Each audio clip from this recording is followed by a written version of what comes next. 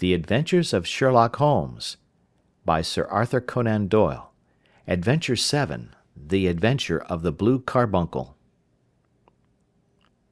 I had called upon my friend Sherlock Holmes upon the second morning after Christmas, with the intention of wishing him the compliments of the season. He was lounging upon the sofa in a purple dressing-gown, a pipe-rack within his reach upon the right, and a pile of crumpled morning papers, evidently newly studied, near at hand. Beside the couch was a wooden chair, and on the angle of the back hung a very seedy and disreputable hard felt hat, much the worse for wear, and cracked in several places. A lens and a forceps lying upon the seat of the chair suggested that the hat had been suspended in this manner for the purpose of examination. "You are engaged," said I. "Perhaps I interrupt you." "Not at all. I am glad to have a friend with whom I can discuss my results. The matter is a perfectly trivial one." He jerked his thumb in the direction of the old hat. "But there are points in connection with it which are not entirely devoid of interest and even of instruction." I seated myself in his armchair and warmed my hands before his crackling fire, for a sharp frost had set in, and the windows were thick with the ice crystals. "I suppose," I remarked, "that, homely as it looks, this thing has some deadly story linked on to it, that it is the clue which will guide you in the solution of some mystery and the punishment of some crime." No crime," said Sherlock Holmes, laughing. "Only one of those whimsical little incidents which will happen when you have 4,000,000 human beings all jostling each other within the space of a few square miles. Amid the action and reaction of so dense a swarm of humanity, every possible combination of events may be expected to take place, and many a little problem will be presented which may be striking and bizarre without being criminal. We already had experience of such." "So much so," I remarked, "that of the last 6 cases which I have added to my notes, 3 have been entirely free of any legal crime." "Precisely. You allude to my attempt to recover the Irene Adler papers, to the singular case of Miss Mary Sutherland, and to the adventure of the man with the twisted lip. Well, I have no doubt that this small matter will fall into the same innocent category. You know Peterson, the commissionaire?" "Yes." "It is to him that this trophy belongs?" "It is his hat." No, he found it. Its owner is unknown. I beg that you will look upon it not as a battered billycock, but as an intellectual problem. And first, as to how it came here. It arrived upon Christmas morning, in company with good fat goose, which is, I have no doubt, roasting at this moment in front of Peterson's fire. The facts are these. About 4 o'clock on Christmas morning, Peterson, who, as you know, is a very honest fellow, was returning from some small jollification, and was making his way homeward down Tottenham Court Road. In front of him he saw, in the gaslight, a tallish man, walking with a slight stagger, and carrying a white goose slung over his shoulder.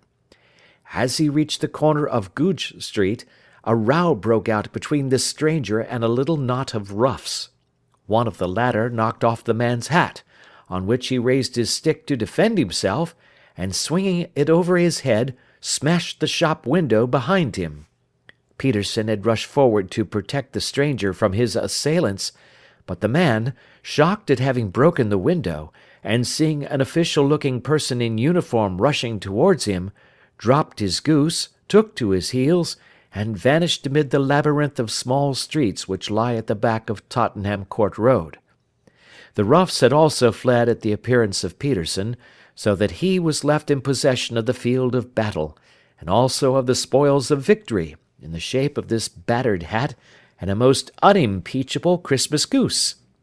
"Which surely he restored to their owner." "My dear fellow, there lies the problem.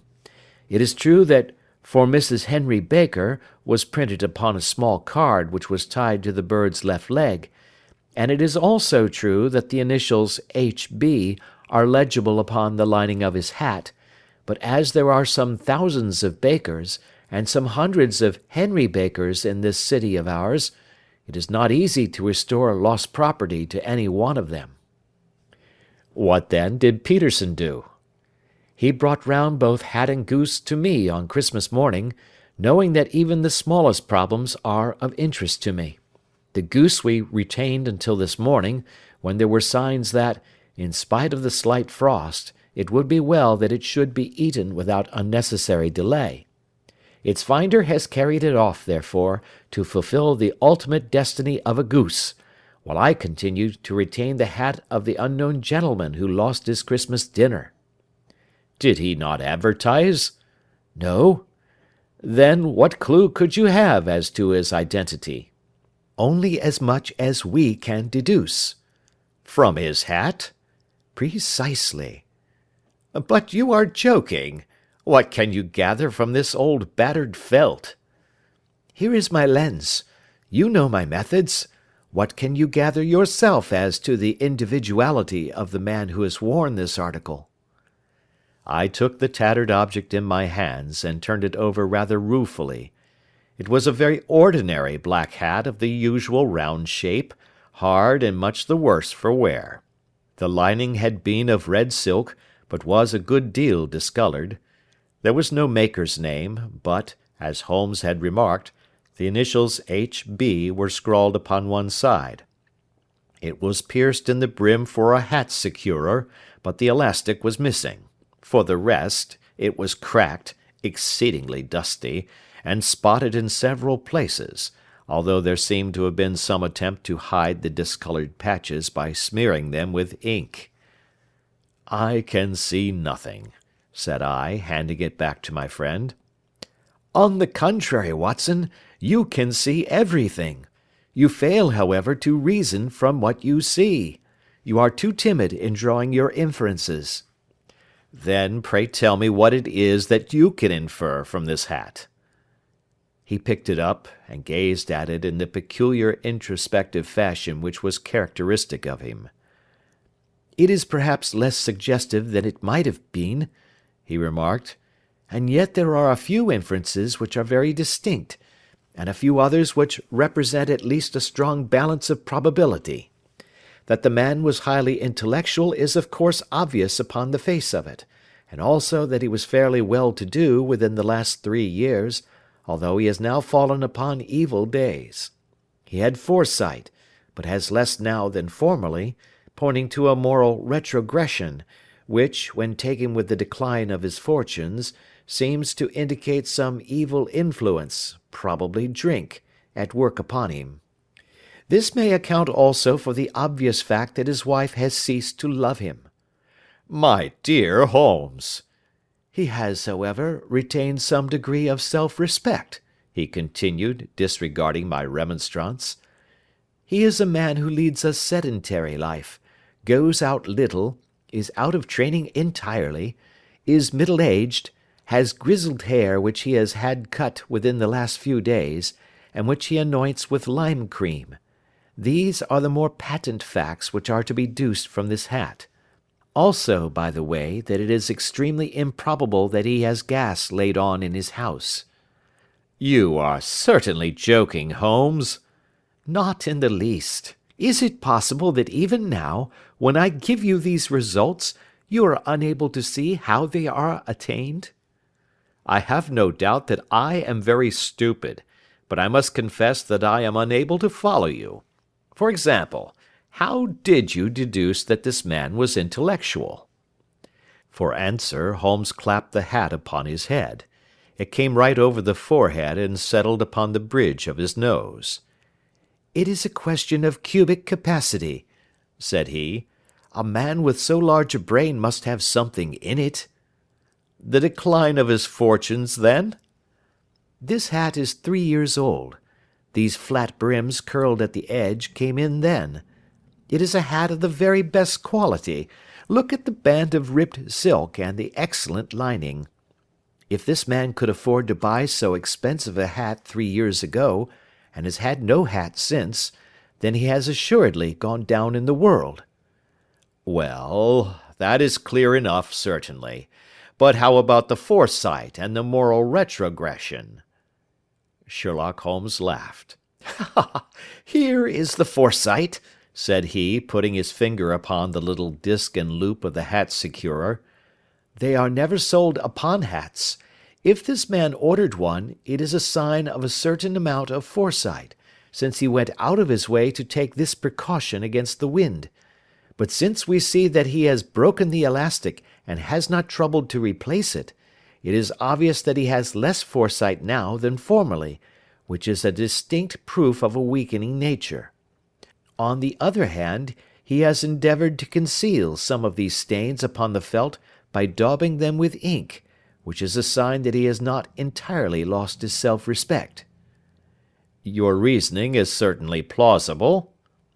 "The further points, that he is middle-aged, that his hair is grizzled, that it has been recently cut, and that he uses lime cream, are all to be gathered from a close examination of the lower part of the lining. The lens discloses a large number of hair ends, clean cut by the scissors of the barber.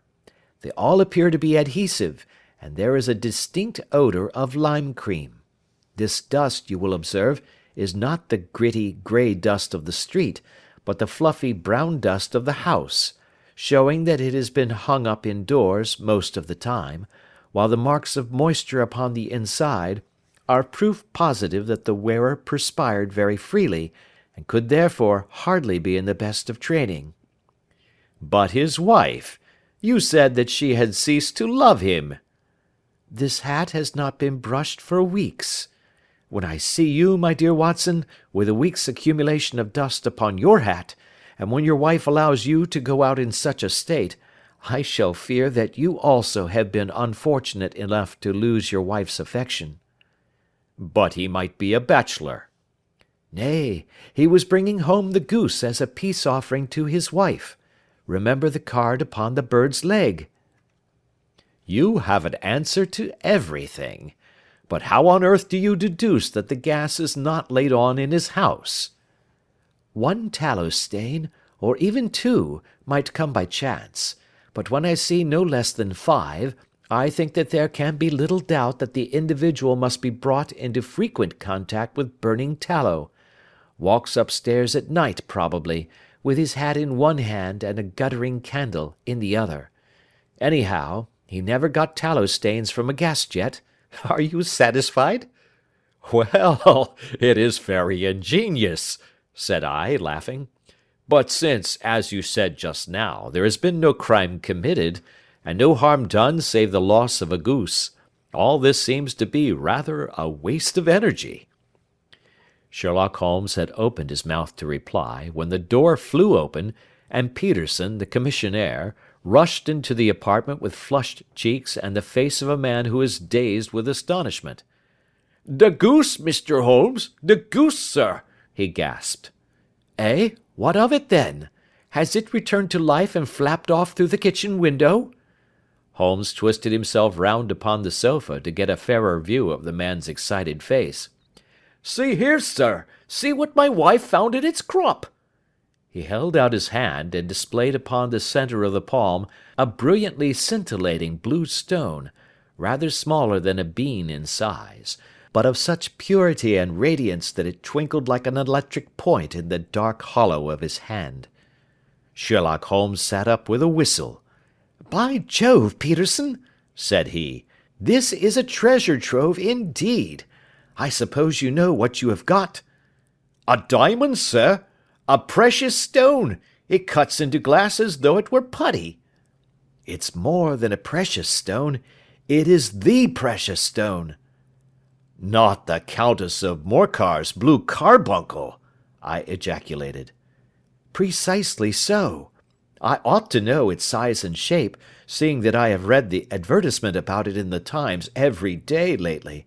It is absolutely unique, and its value can only be conjectured, but the reward offered of £1,000 is certainly not within a 20th part of the market price." £1,000! Great Lord of mercy! The commissionaire plumped down into a chair, and stared from one to the other of us. "That is the reward, and I have reason to know that there are sentimental considerations in the background which would induce the Countess to part with half her fortune if she could but recover the gem." "It was lost, if I remember aright, at the Hotel Cosmopolitan," I remarked. "Precisely so, on December 22nd, just 5 days ago. John Horner, a plumber, was accused of having abstracted it from the lady's jewel case. The evidence against him was so strong that the case has been referred to the assizes. I have some account of the matter here, I believe." He rummaged amid his newspapers, glancing over the dates, until at last he smoothed one out, doubled it over, and read the following paragraph: "Hotel Cosmopolitan jewel robbery.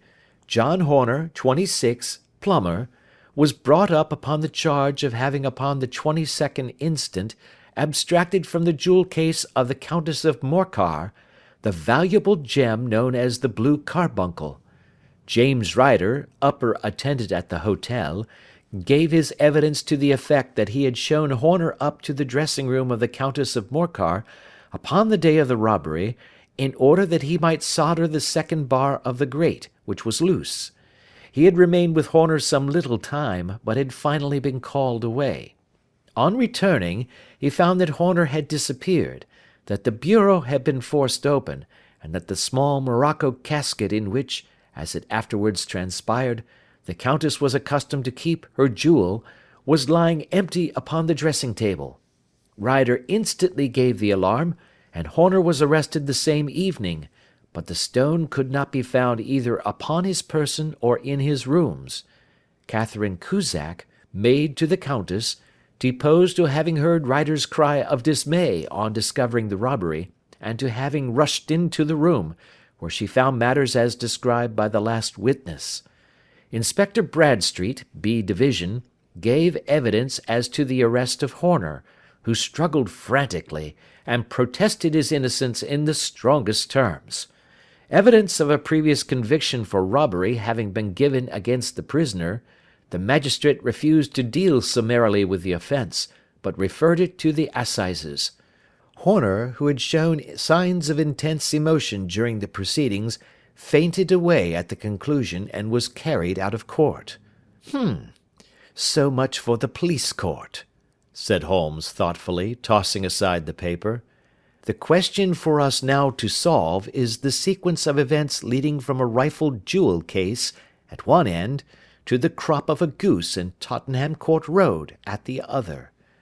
You see, Watson, our little deductions have suddenly assumed a much more important and less innocent aspect. Here is the stone.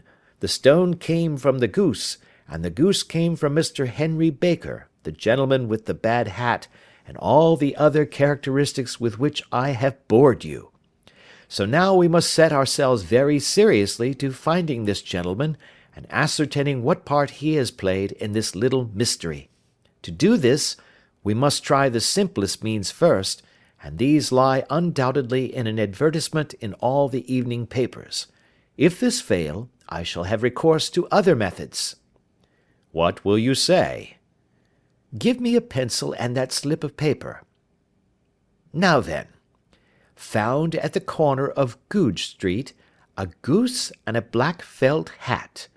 Mr. Henry Baker can have the same by applying at 6:30 this evening at 221B Baker Street. That is clear and concise." "Very, but will he see it?" "Well, he is sure to keep an eye on the papers, since, to a poor man, the loss was a heavy one. He was clearly so scared by his mischance in breaking the window, and by the approach of Peterson, that he thought of nothing but flight. But since then he must have bitterly regretted the impulse which caused him to drop his bird. Then again, the introduction of his name will cause him to see it, for everyone who knows him will direct his attention to it. Here you are, Peterson. Run down to the advertising agency and have this put in the evening papers." "In which, sir?" "Oh, in the Globe, Star, Pall Mall, St. James's, Evening News, Standard, Echo, and any others that occur to you." "Very well, sir. And this stone?" "Ah, yes. I shall keep the stone. Thank you. And I say, Peterson, just buy a goose on your way back and leave it here with me, for we must have one to give to this gentleman in place of the one which your family is now devouring."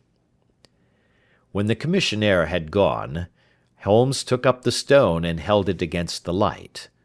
"It's a bonny thing," said he. "Just see how it glints and sparkles. Of course it is the nucleus and focus of crime. Every good stone is. They are the devil's pet baits. In the larger and older jewels, every facet may stand for a bloody deed. This stone is not yet 20 years old. It was found in the banks of the Amoy River in southern China, and is remarkable in having every characteristic of the carbuncle, save that it is blue in shade instead of ruby red. In spite of its youth, it has already a sinister history. There have been 2 murders, a vitriol throwing, a suicide, and several robberies brought about for the sake of this 40-grain weight of crystallized charcoal. Who would think that so pretty a toy would be a purveyor to the gallows and the prison? I'll lock it up in my strong box now and drop a line to the Countess to say that we have it." "Do you think that this man Horner is innocent?" "I cannot tell." "Well, then, do you imagine that this other one, Henry Baker, had anything to do with the matter?" "It is, I think, much more likely that Henry Baker is an absolutely innocent man, who had no idea that the bird which he was carrying was of considerably more value than if it were made of solid gold. That, however, I shall determine by a very simple test, if we have an answer to our advertisement." "And you can do nothing until then?" "Nothing." "In that case I shall continue my professional round. But I shall come back in the evening at the hour you have mentioned, for I should like to see the solution of so tangled a business." "Very glad to see you. I dine at 7. There is a woodcock, I believe. By the way, in view of recent occurrences, perhaps I ought to ask Mrs. Hudson to examine its crop."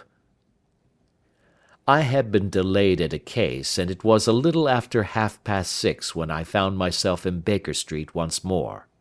As I approached the house I saw a tall man in a Scotch bonnet, with a coat which was buttoned up to its chin, waiting outside in the bright semicircle which was thrown from the fanlight. Just as I arrived the door was opened, and we were shown up together to Holmes's room. "Mr. Henry Baker, I believe," said he, rising from his armchair and greeting his visitor with the easy air of geniality which he could so readily assume.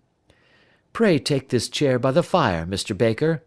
It is a cold night, and I observe that your circulation is more adapted for summer than for winter. Ah, Watson, you have just come at the right time. Is that your hat, Mr. Baker?" "Yes, sir, that is undoubtedly my hat." He was a large man, with rounded shoulders, a massive head, and a broad, intelligent face, sloping down to a pointed beard of grizzled brown.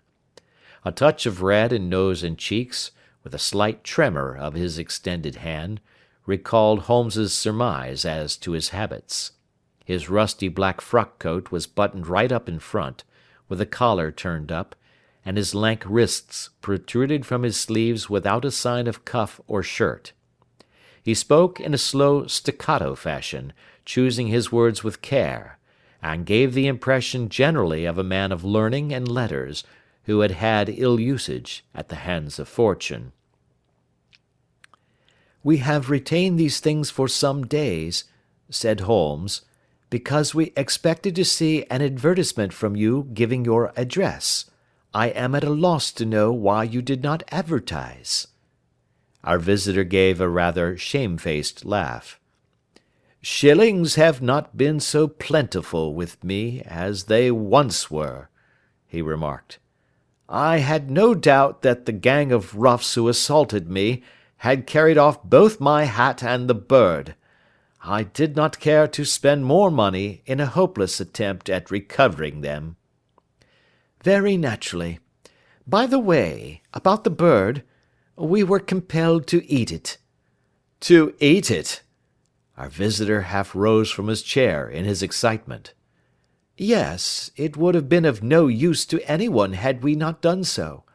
But I presume that this other goose upon the sideboard, which is about the same weight and perfectly fresh, will answer your purpose equally well?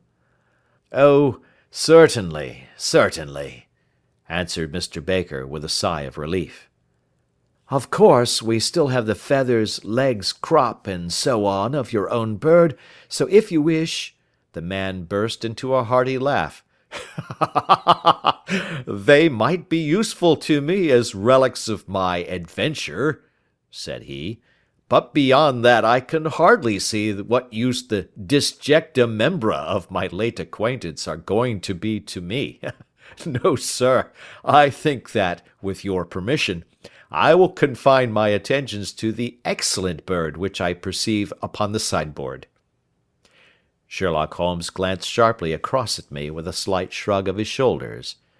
There is your hat, then, and there your bird, said he. By the way, would it bore you to tell me where you got the other one from? I am somewhat of a fowl fancier, and I have seldom seen a better grown goose. Certainly, sir, said Baker, who had risen and tucked his newly gained property under his arm. There are a few of us who frequent the Alpha Inn, near the museum. We are to be found in the museum itself during the day, you understand. This year our good host, Windigate by name, instituted a goose club, by which, on consideration of some few pence every week, we were each to receive a bird at Christmas. My pence were duly paid, and the rest is familiar to you. I am much indebted to you, sir, for a Scotch bonnet is fitted neither to my years nor my gravity. With a comical pomposity of manner, he bowed solemnly to both of us, and strode off upon his way. So much for Mr. Henry Baker, said Holmes, when he had closed the door behind him.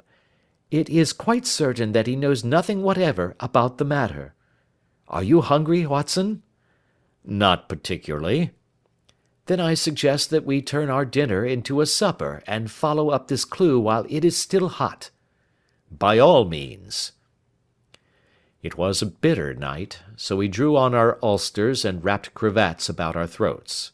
Outside, the stars were shining coldly in a cloudless sky, and the breath of the passers-by blew out into smoke like so many pistol shots. Our footfalls rang out crisply and loudly as we swung out through the Doctor's Quarter, Wimpole Street, Harley Street, and so through Wigmore Street into Oxford Street.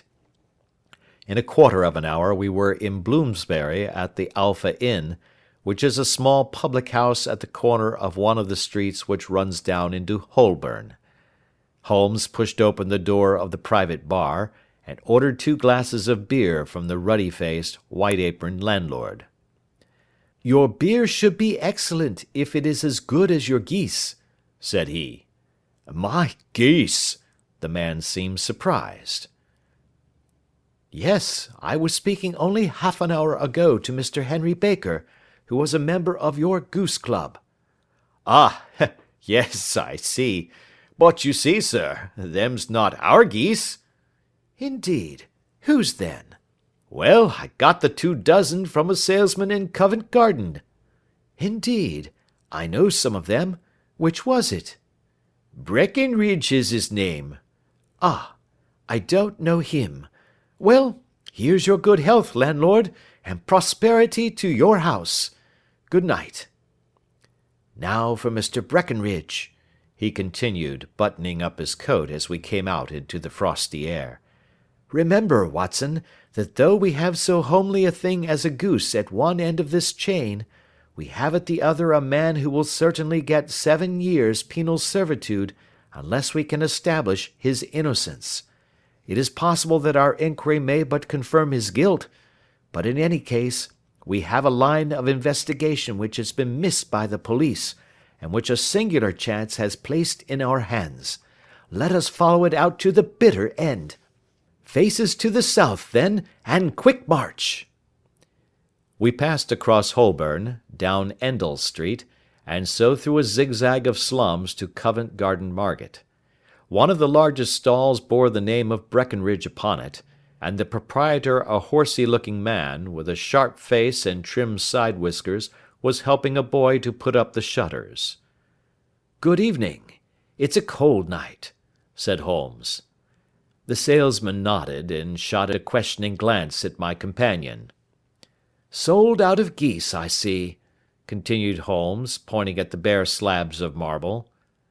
"Let you have 500 tomorrow morning." "That's no good."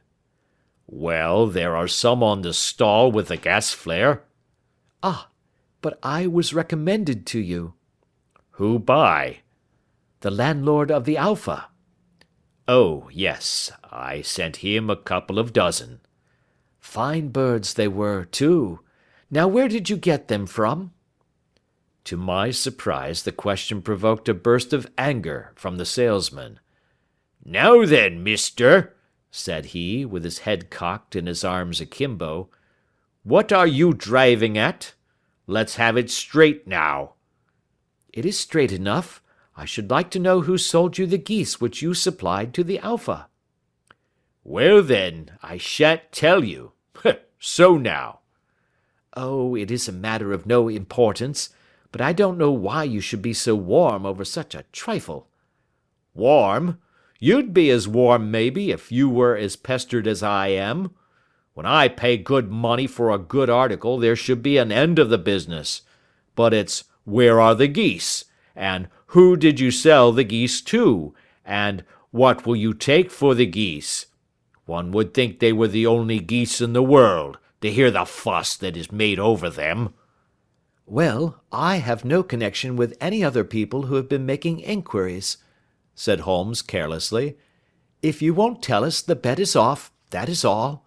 But I'm always ready to back my opinion on a matter of fowls, and I have a fiver on it that the bird I ate is country bred." "Well, then, you've lost your fiver, for it's town bred," snapped the salesman. "It's nothing of the kind." "I say it is." "I don't believe it." "Do you think you know more about fowls than I, who have handled them ever since I was a nipper? I tell you, all those birds that went to the Alpha were town bred." "You'll never persuade me to believe that." "Will you bet, then?" "It's merely taking your money, for I know that I am right. But I'll have a sovereign on with you just to teach you not to be obstinate." The salesman chuckled grimly. "Bring me the books, Bill," said he. The small boy brought round a small thin volume, and a great greasy-backed one, laying them out together beneath the hanging lamp. "Now then, Mr. Cocksure," said the salesman, "I thought that I was out of geese, but before I finish you'll find that there is still one left in my shop. You see this little book?" "Well?" "That's the list of the folk from whom I buy. Do you see? Well, then, here on this page are the country folk, and the numbers after their names are where their accounts are in the big ledger. Now then, you see this other page in red ink? Well, that is a list of my town suppliers. Now, look at that third name. Just read it out to me." "Mrs. Oakshott, 117 Brixton Road, 249, read Holmes. "Quite so. Now turn that up in the ledger." Holmes turned to the page indicated. "Here you are. Mrs. Oakshott, 117 Brixton Road, egg and poultry supplier." "Now then, what's the last entry?" "December 22nd, 24 geese at 7 shillings 6 pence. "Quite so. There you are. And underneath?" "Sold to Mr. Windicate of the Alpha at 12 shillings. "What have you to say now?" Sherlock Holmes looked deeply chagrined. He drew a sovereign from his pocket and threw it down upon the slab, turning away with the air of a man whose disgust is too deep for words. A few yards off he stopped under a lamp-post, and laughed in the hearty, noiseless fashion which was peculiar to him. when you see a man with whiskers of that cut, and the pink 'un protruding out of his pocket, you can always draw him by a bet," said he. "I dare say that if I had put £100 down in front of him, that man would not have given me such complete information as was drawn from him by the idea that he was doing me on a wager.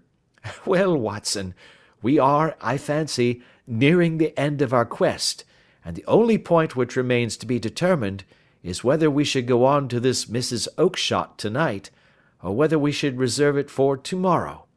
It is clear from what that surly fellow said that there are others beside ourselves who are anxious about the matter, and I should—" His remarks were suddenly cut short by a loud hubbub which broke out from the stall which we had just left.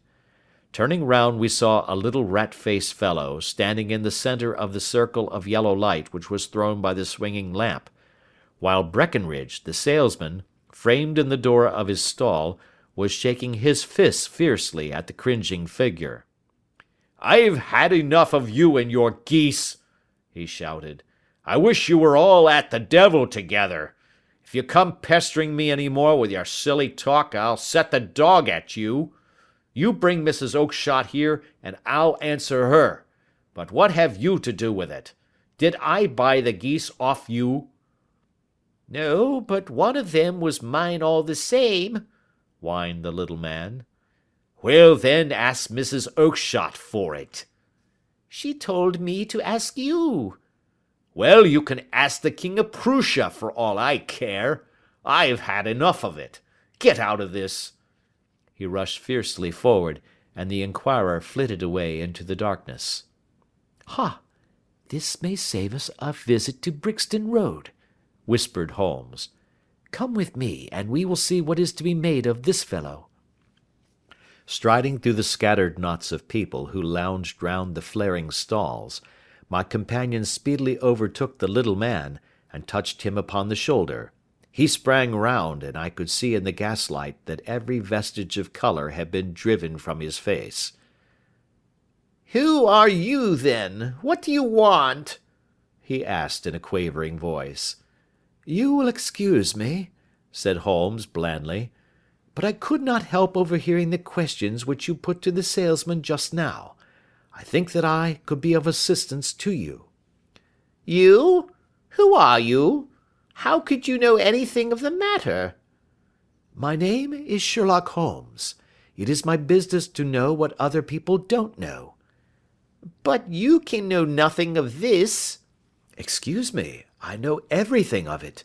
You are endeavouring to trace some geese which were sold by Mrs. Oakshott, of Brixton Road, to a salesman named Breckenridge, by him in turn to Mr. Windigate, of the Alpha, and by him to his club, of which Mr. Henry Baker is a member."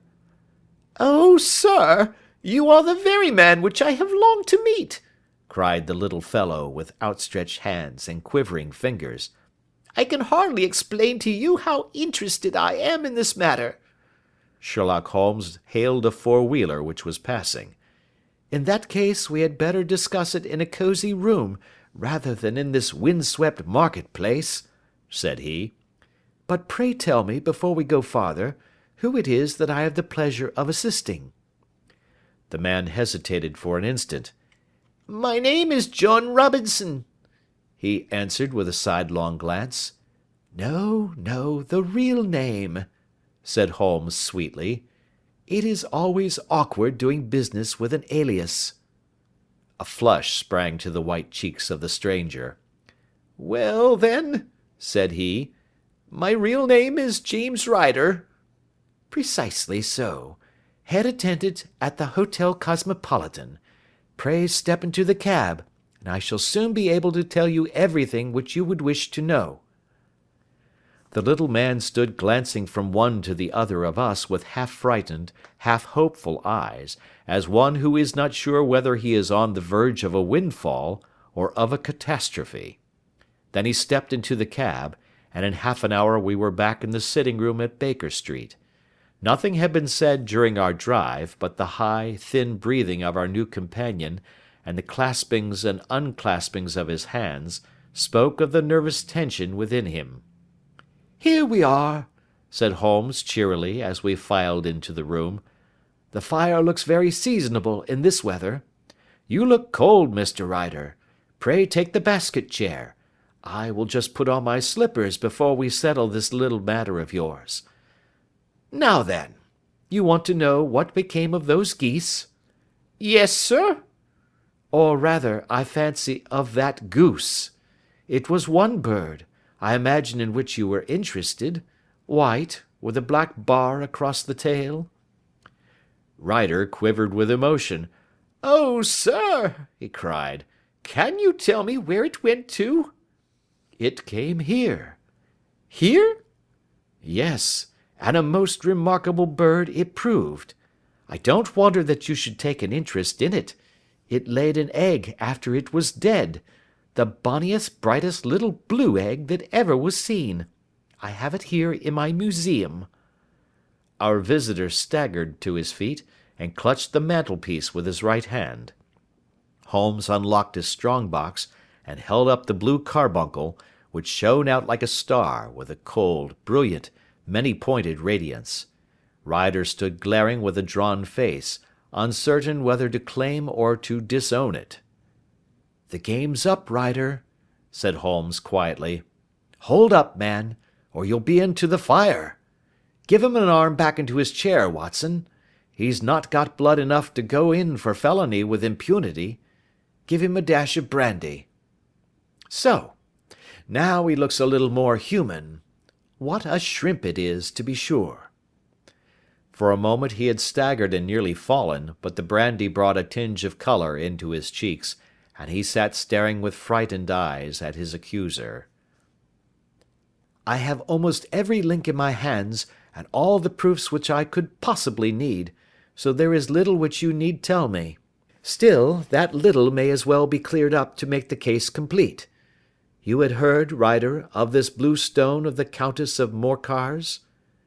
"It was Catherine Cusack who told me of it," he said in a cracking voice. "I see. Her ladyship's waiting maid. Well, the temptation of sudden wealth so easily acquired was too much for you, as it has been for better men before you, but you were not very scrupulous in the means you used. It seems to me, Ryder, that there is the making of a very pretty villain in you. You knew that this man Horner, the plumber, had been concerned in some such matter before, and that suspicion would rest the more readily upon him. What did you do then?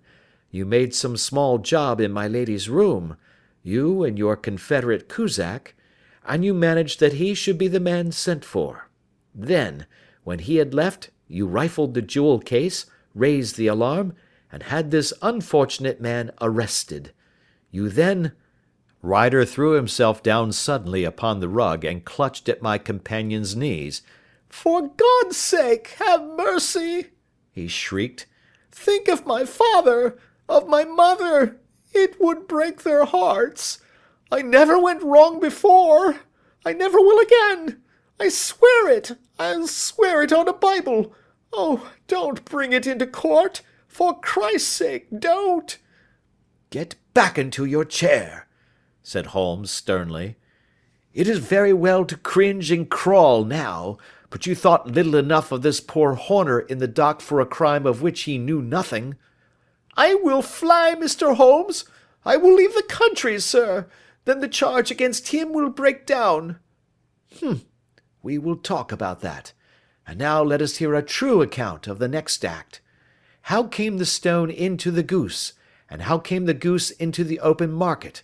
Tell us the truth, for there lies your only hope of safety."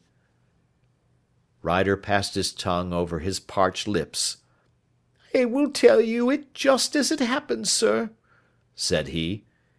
"When Horner had been arrested, it seemed to me that it would be best for me to get away with the stone at once, for I did not know at what moment the police might not take it into their heads to search me and my room.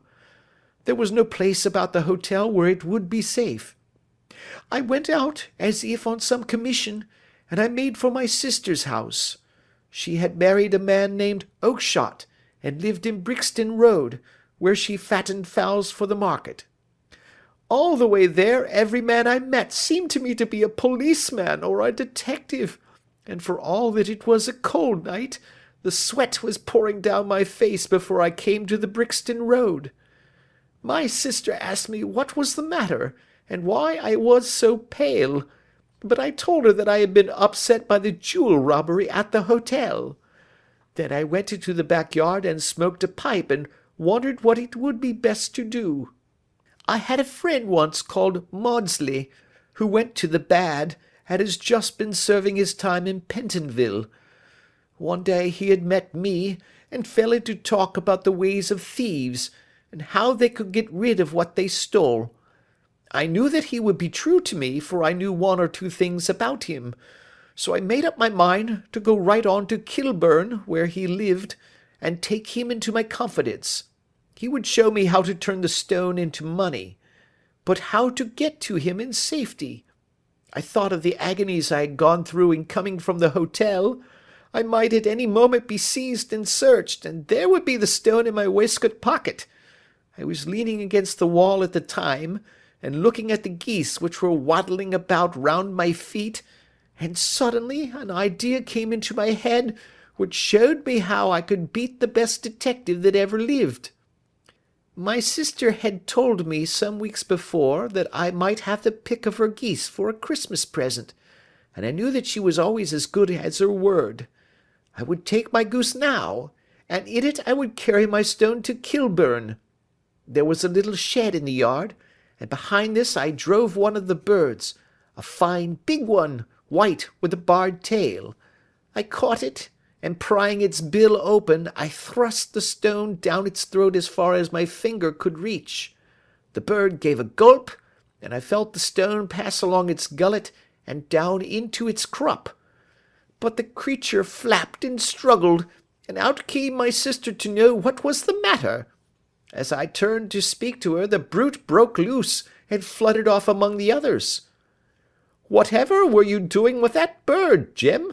says she. "Well," says I, "you said you'd give me one for Christmas, and I was feeling which was the fattest." "Oh," says she, "we've set yours aside for you. Jem's bird, we call it. It's the big white one over yonder. There's 26 of them, which makes one for you, and one for us, and 24 for the market." "Thank you, Maggie," says I, "but if it is all the same to you, I'd rather have that one I was handling just now."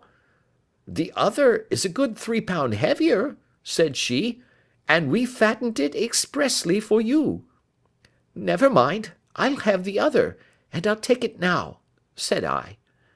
"Oh, just as you like," said she, a little huffed. "Which is it you want, then?" "That white one with the barred tail, right in the middle of the flock." "Oh, very well, kill it and take it with you." Well, I did what she said, Mr. Holmes, and I carried the bird all the way to Kilburn. I told my pal what I had done, for he was a man that it was easy to tell a thing like that to. He laughed until he choked, and we got a knife and opened the goose. My heart turned to water, for there was no sign of the stone, and I knew that some terrible mistake had occurred. I left the bird, rushed back to my sister's, and hurried into the backyard. There was not a bird to be seen there. "Where are they all, Maggie?" I cried. "Gone to the dealers, Jem." "Which dealers?" "Breckenridge, of Covent Garden." "But was there another with a barred tail?" I asked. "The same as the one I chose?" "Yes, Jem, there were 2 barred-tailed ones, and I never could tell them apart." "Well, then, of course I saw it all, and I ran off as hard as my feet would carry me to this man Breckenridge, but he had sold the lot at once, and not one word would he tell me as to where they had gone. You heard him yourselves to-night. Well, he has always answered me like that. My sister thinks that I am going mad. Sometimes I think that I am myself, and now I am myself a branded thief, without ever having touched the wealth for which I sold my character. God help me! God help me!" He burst into convulsive sobbing, with his face buried in his hands. There was a long silence, broken only by his heavy breathing and by the measured tapping of Sherlock Holmes's finger-tips upon the edge of the table. Then my friend rose and threw open the door. "Get out," said he. "What, sir? Oh, heaven bless you!" "No more words. Get out." And no more words were needed. There was a rush, a clatter upon the stairs, the bang of a door, and the crisp rattle of running footfalls from the street. "After all, Watson," said Holmes, reaching up his hand for his clay pipe, "I am not retained by the police to supply their deficiencies. If Horner were in danger it would be another thing, but this fellow will not appear against him, and the case must collapse. I suppose that I am commuting a felony, but it is just possible that I am saving a soul. This fellow will not go wrong again. He is too terribly frightened. Send him to jail now, and you will make him a jailbird for life. Besides, it is the season of forgiveness. Chance has put in our way a most singular and whimsical problem, and its solution is its own reward. If you will have the goodness to touch the bell, Doctor, we will begin another investigation, in which also a bird will be the chief feature." End of Adventure 7. The Adventures of Sherlock Holmes by Sir Arthur Conan Doyle. Adventure 8. The Adventure of the Speckled Band. On glancing over my notes of the 70-odd cases in which I have during the last 8 years studied the methods of my friend Sherlock Holmes, I find many tragic, some comic, a large number merely strange, but none commonplace. For, working as he did rather for the love of his art than for the acquirement of wealth, he refused to associate himself with any investigation which did not tend towards the unusual, and even the fantastic. Of all these varied cases, however, I cannot recall any which presented more singular features than that which was associated with the well-known Surrey family of the Roylotts of Stoke Moran. The events in question occurred in the early days of my association with Holmes, when we were sharing rooms as bachelors in Baker Street. It is possible that I might have placed them upon record before, but a promise of secrecy was made at the time, from which I have only been freed during the last month by the untimely death of the lady to whom the pledge was given. It is perhaps as well that the fact should now come to light, for I have reasons to know that there are widespread rumours as to the death of Dr. Grimesby Roylott, which tend to make the matter even more terrible than the truth.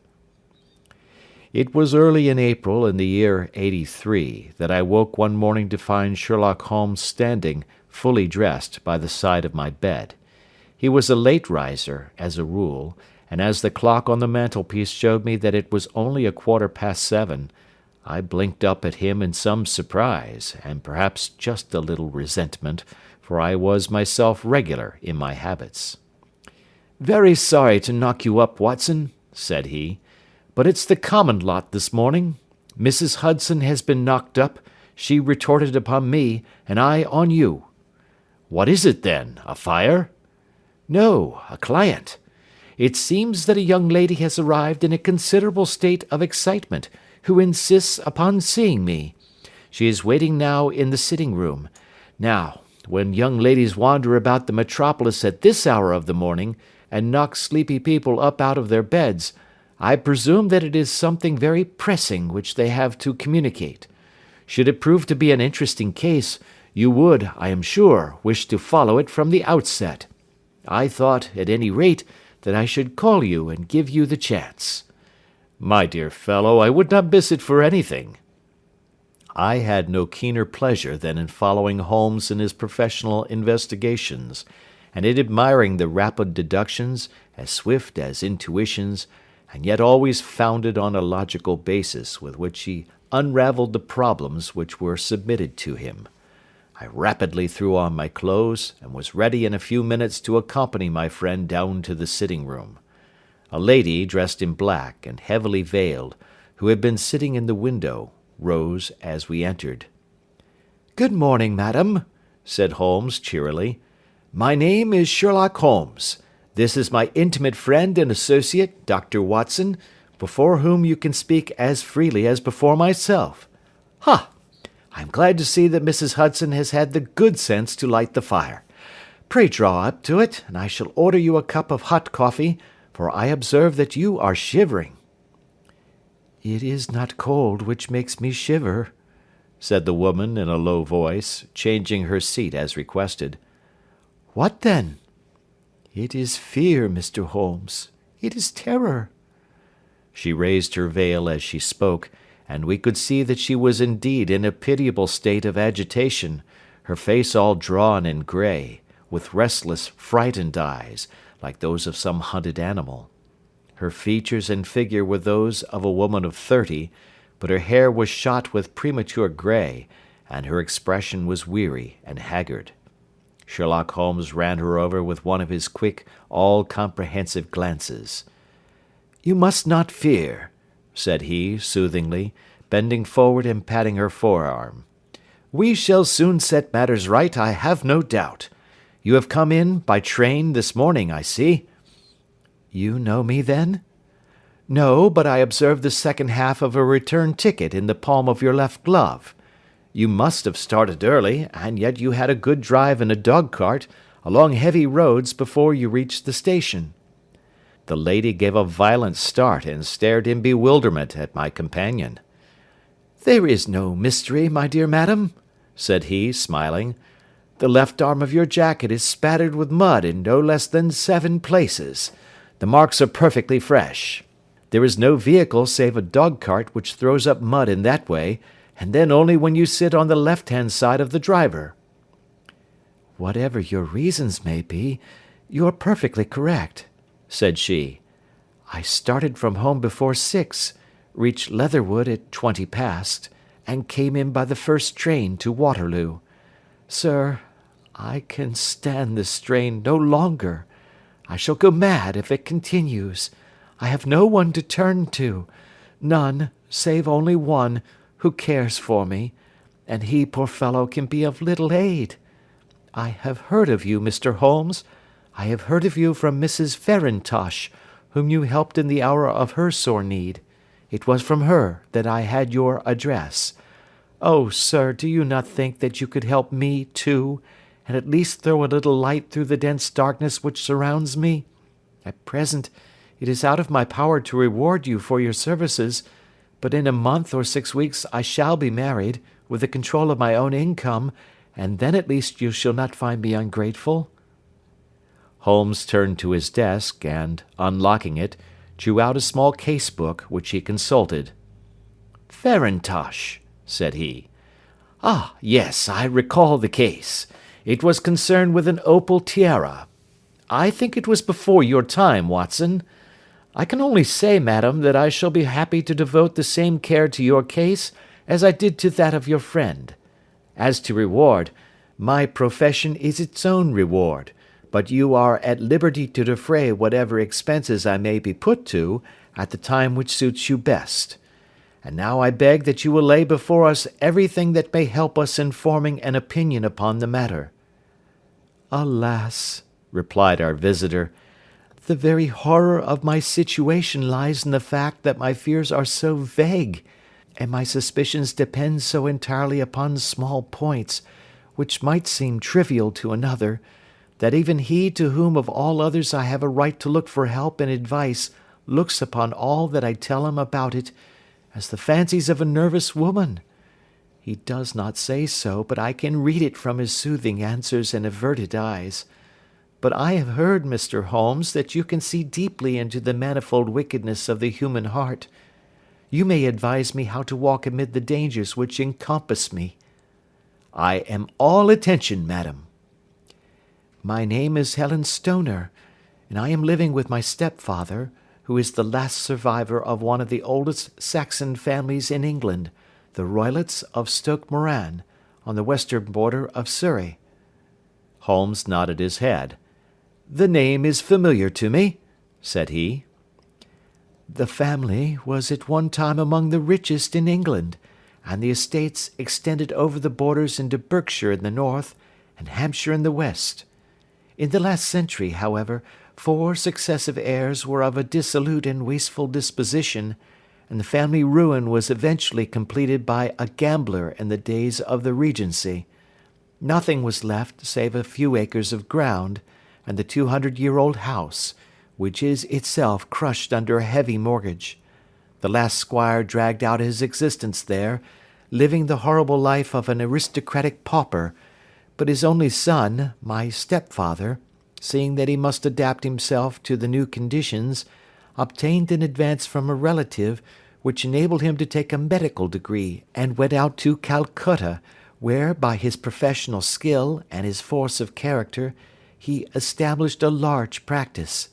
In a fit of anger, however, caused by some robberies which had been perpetrated in the house, he beat his native butler to death and narrowly escaped a capital sentence.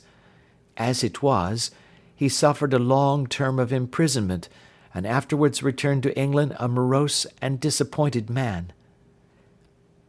When Dr. Roylott was in India he married my mother, Mrs. Stoner, the young widow of Major General Stoner, of the Bengal Artillery.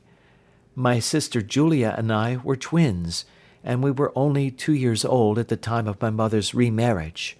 She had a considerable sum of money, not less than £1,000 a year, and this she bequeathed to Dr. Roylott entirely while we resided with him, with the provision that a certain annual sum should be allowed to each of us in the event of our marriage. Shortly after our return to England my mother died. She was killed 8 years ago in a railway accident near Crewe. Dr. Roylott then abandoned his attempts to establish himself in practice in London, and took us to live with him in the old ancestral house at Stoke Moran. The money which my mother had left was enough for all our wants, and there seemed to be no obstacle to our happiness. But a terrible change came over our stepfather about this time. Instead of making friends and exchanging visits with our neighbours, who had at first been overjoyed to see a Roylott of Stoke Moran back in the old family seat, he shut himself up in his house, and seldom came out save to indulge in ferocious quarrels with whoever might cross his path. Violence of temper approaching to mania has been hereditary in the men of the family, and in my stepfather's case it had, I believe, been intensified by his long residence in the tropics. A series of disgraceful brawls took place, 2 of which ended in the police court, until at last he became the terror of the village, and the folks would fly at his approach, for he is a man of immense strength, and absolutely uncontrollable in his anger. Last week he hurled the local blacksmith over a parapet into a stream, and it was only by paying over all the money which I could gather together that I was able to avert another public exposure. He had no friends at all save the wandering gipsies, and he would give these vagabonds leave to encamp upon the few acres of bramble-covered land which represent the family estate, and would accept in return the hospitality of their tents, wandering away with them sometimes for weeks on end. He has a passion also for Indian animals, which are sent over to him by a correspondent, and he has at this moment a cheetah and a baboon, which wander freely over his grounds and are feared by the villagers almost as much as their master. You can imagine from what I say that my poor sister Julia and I had no great pleasure in our lives. No servant would stay with us, and for a long time we did all the work of the house. She was but 30 at the time of her death, and yet her hair had already begun to whiten, even as mine has. Your sister is dead, then? She died just 2 years ago, and it is of her death that I wish to speak to you. You can understand that, living the life which I have described, we were little likely to see any one of our own age and position. We had, however, an aunt, my mother's maiden sister, Miss Honoria Westphail, who lives near Harrow, and we were occasionally allowed to pay short visits at this lady's house. Julia went there at Christmas 2 years ago, and met there a half-pay major of marines, to whom she became engaged. My stepfather learned of the engagement when my sister returned, and offered no objection to the marriage, But within a fortnight of the day which had been fixed for the wedding, the terrible event occurred which has deprived me of my only companion."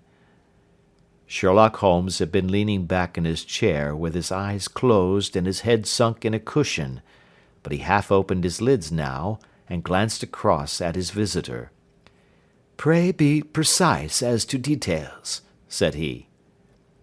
"It is easy for me to be so, for every event of that dreadful time is seared into my memory. The manor house is, as I have already said, very old, and only one wing is now inhabited.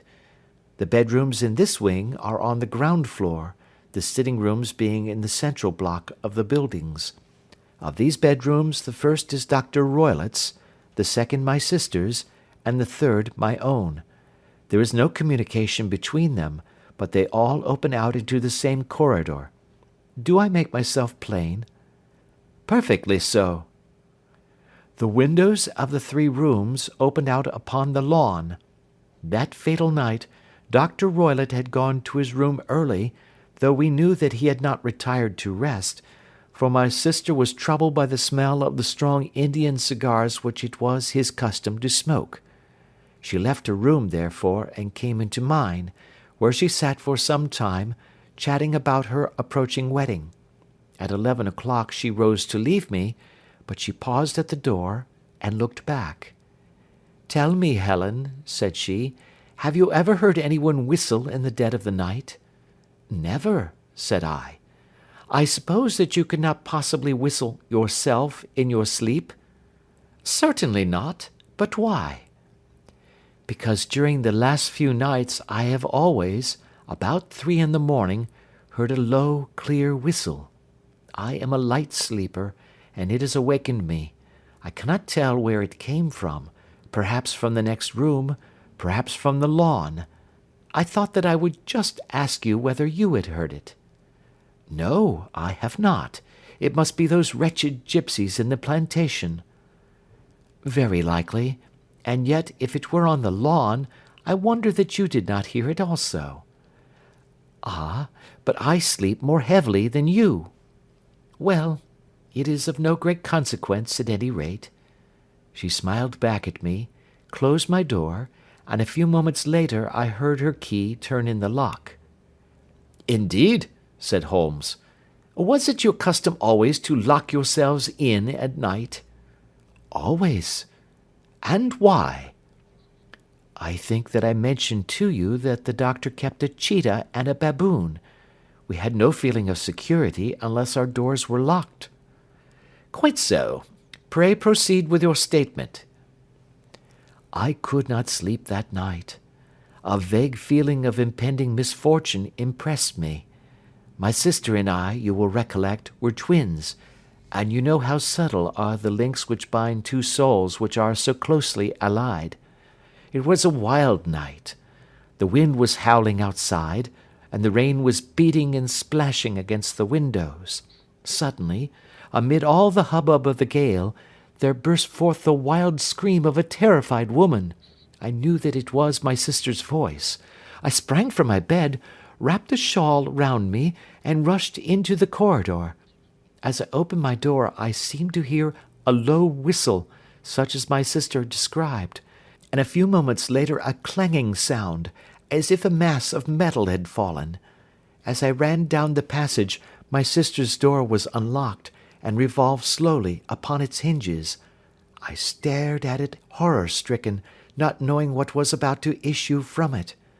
By the light of the corridor lamp I saw my sister appear at the opening, her face blanched with terror, her hands groping for help, her whole figure swaying to and fro like that of a drunkard. I ran to her, and threw my arms round her, but at that moment her knees seemed to give way, and she fell to the ground. She writhed as one who is in terrible pain, and her limbs were dreadfully convulsed. At first, I thought that she had not recognized me, but as I bent over her she suddenly shrieked out in a voice which I shall never forget, "Oh, my God, Helen! It was the band! The speckled band!" There was something else which she would fain have said, and she stabbed with her finger into the air in the direction of the doctor's room, but a fresh convulsion seized her and choked her words. I rushed out, calling loudly for my stepfather, and I met him hastening from his room in his dressing gown. When he reached my sister's side, she was unconscious, and though he poured brandy down her throat and sent for medical aid from the village, all efforts were in vain, for she slowly sank and died without having recovered her consciousness. Such was the dreadful end of my beloved sister. "One moment," said Holmes. Are you sure about this whistle and metallic sound? Could you swear to it? That was what the county coroner asked me at the inquiry. It is my strong impression that I heard it, and yet, among the crash of the gale and the creaking of an old house, I may possibly have been deceived. Was your sister dressed? No, she was in her nightdress. In her right hand was found the charred stump of a match, and in her left a matchbox. Showing that she had struck a light and looked about her when the alarm took place. That is important. And what conclusions did the coroner come to?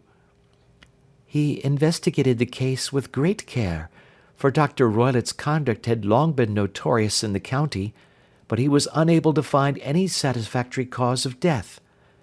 My evidence showed that the door had been fastened upon the inner side, and the windows were blocked by old-fashioned shutters with broad iron bars, which were secured every night. The walls were carefully sounded, and were shown to be quite solid all round, and the flooring was also thoroughly examined, with the same result. The chimney is wide, but is barred up by 4 large staples. It is certain, therefore, that my sister was quite alone when she met her end. Besides, there were no marks of any violence upon her. How about poison? The doctors examined her for it, but without success. What do you think that this unfortunate lady died of, then?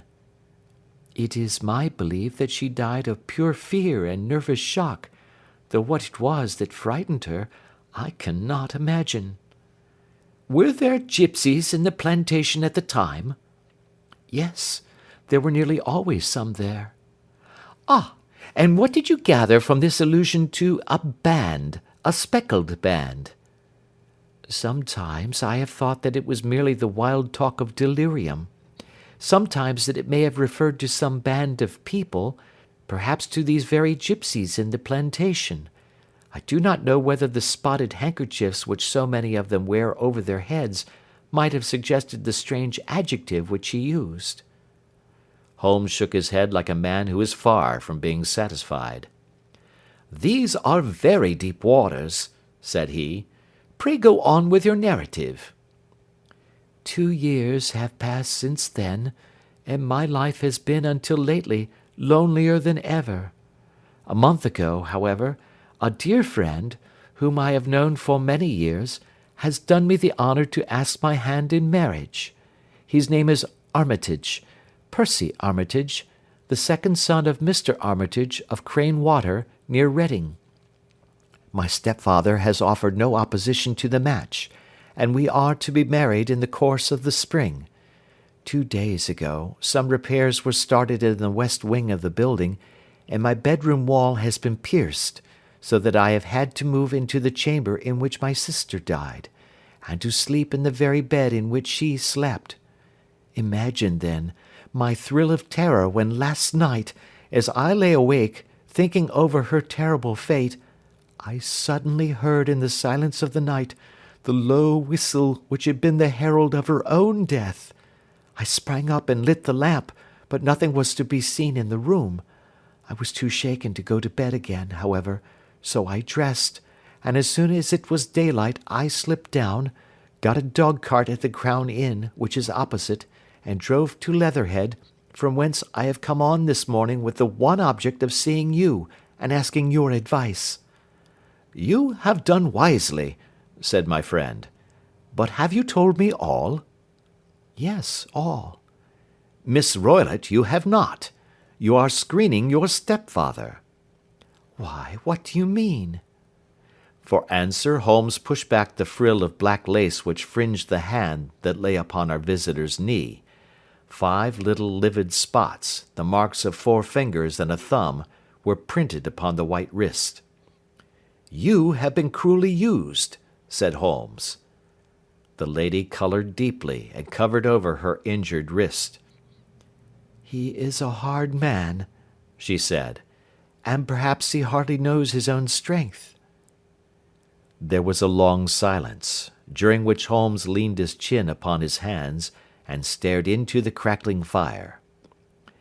"This is a very deep business," he said at last. "There are 1,000 details which I should desire to know before I decide upon our course of action. Yet we have not a moment to lose. If we were to come to Stoke Moran today, would it be possible for us to see over these rooms without the knowledge of your stepfather?" "As it happens, he spoke of coming into town today upon some most important business. It is probable that he will be away all day, and that there will be nothing to disturb you. We have a housekeeper now, but she is old and foolish, and I could easily get her out of the way." "Excellent. You are not averse to this trip, Watson?" "By no means." "Then we shall both come. What are you going to do yourself?" "I have 1 or 2 things which I would wish to do now that I am in town, but I shall return by the 12 o'clock train, so as to be there in time for your coming." "And you may expect us early in the afternoon.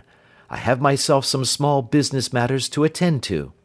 Will you not wait and breakfast?" "No, I must go. My heart is lightened already since I have confided my trouble to you. I shall look forward to seeing you again this afternoon."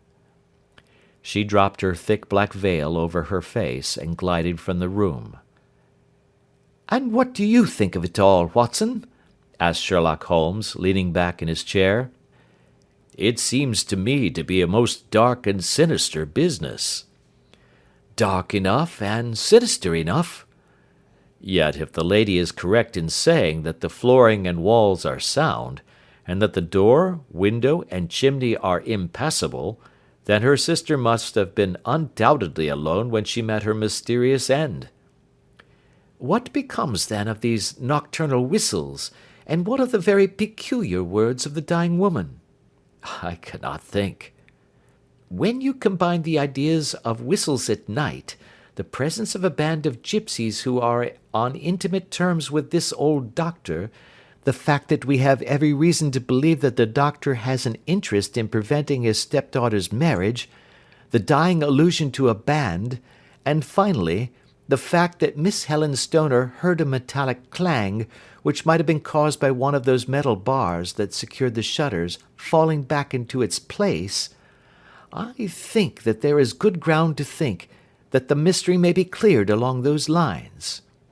"But what then did the gipsies do?" "I cannot imagine." "I see many objections to any such theory." "And so do I. It is precisely for that reason that we are going to Stoke Moran this day. I want to see whether the objections are fatal, or if they may be explained away. But what in the name of the devil—" The ejaculation had been drawn from my companion by the fact that our door had been suddenly dashed open, and that a huge man had framed himself in the aperture. His costume was a peculiar mixture of the professional and of the agricultural, having a black top hat, a long frock coat, and a pair of high gaiters, with a hunting crop swinging in his hand. So tall was he that his hat actually brushed the crossbar of the doorway, and his breadth seemed to span it across from side to side. A large face, seared with 1,000 wrinkles, burned yellow with the sun, and marked with every evil passion, was turned from one to the other of us, while his deep-set, bile-shot eyes, and his high, thin, fleshless nose gave him somewhat the resemblance to a fierce old bird of prey. "Which of you is Holmes?" asked this apparition. "My name, sir, but you have the advantage of me," said my companion quietly. "I am Dr. Grimesby Roylott of Stoke Moran." "Indeed, doctor," said Holmes blandly. "Pray take a seat." I will do nothing of the kind. My stepdaughter has been here. I have traced her. What has she been saying to you?" "It is a little cold for the time of the year," said Holmes. "What has she been saying to you?" cried the old man furiously. "But I have heard that the crocuses promise well," continued my companion imperturbably. "Ha! You put me off, do you?" said our new visitor, taking a step forward and shaking his hunting crop. "I know you, you scoundrel. I have heard of you before. You are Holmes the meddler." My friend smiled. "Holmes the busybody." His smile broadened. "Holmes the Scotland Yard Jack-in-Office." Holmes chuckled heartily. "Your conversation is most entertaining," said he. "When you go out, close the door, for there is a decided draught." "I will go when I have said my say. Don't you dare to meddle with my affairs. I know that Miss Stoner has been here. I traced her. I am a dangerous man to fall foul of. See here." He stepped swiftly forward, seized the poker, and bent it into a curve with his huge brown hands. "See that you keep yourself out of my grip," he snarled, and hurling the twisted poker into the fireplace, he strode out of the room. "He seems a very amiable person," said Holmes, laughing. "Ha, ha! I am not quite so bulky, but if he had remained, I might have shown him that my grip was not much more feeble than his own." As he spoke, he picked up the steel poker and, with a sudden effort, straightened it out again. "Fancy his having the insolence to confound me with the official detective force! This incident gives zest to our investigation, however, and I only trust that our little friend will not suffer from her imprudence in allowing this brute to trace her. And now, Watson, we shall order breakfast, and afterwards I shall walk down to Doctors' Commons, where I hope to get some data which may help us in this matter." It was nearly 1 o'clock when Sherlock Holmes returned from his excursion. He held in his hand a sheet of blue paper, scrawled over with notes and figures. "I have seen the will of the deceased wife," said he. "To determine its exact meaning, I have been obliged to work out the present prices of the investments with which it is concerned. The total income, which at the time of the wife's death was little short of £1,100, is now, through the fall in agricultural prices, not more than £750. Each daughter can claim an income of £250 in case of marriage. It is evident, therefore, that if both girls had married, this beauty would have been a mere pittance, while even one of them would cripple him to a very serious extent. My morning's work has not been wasted, since it has proved that he has the very strongest motives for standing in the way of anything of the sort. And now, Watson, this is too serious for dawdling, especially as the old man is aware that we are interesting ourselves in his affairs. So if you are ready, we shall call a cab and drive to Waterloo. I should be very much obliged if you would slip your revolver into your pocket. An Ely's No. 2 is an excellent argument with gentlemen who can twist steel pokers into knots. That and a toothbrush are, I think, all that we need." At Waterloo we were fortunate in catching a train for Leatherhead, where we hired a trap at the station inn and drove for 4 or 5 miles through the lovely Surrey lanes. It was a perfect day, with a bright sun and a few fleecy clouds in the heavens. The trees and wayside hedges were just throwing out their first green shoots, and the air was full of the pleasant smell of the moist earth.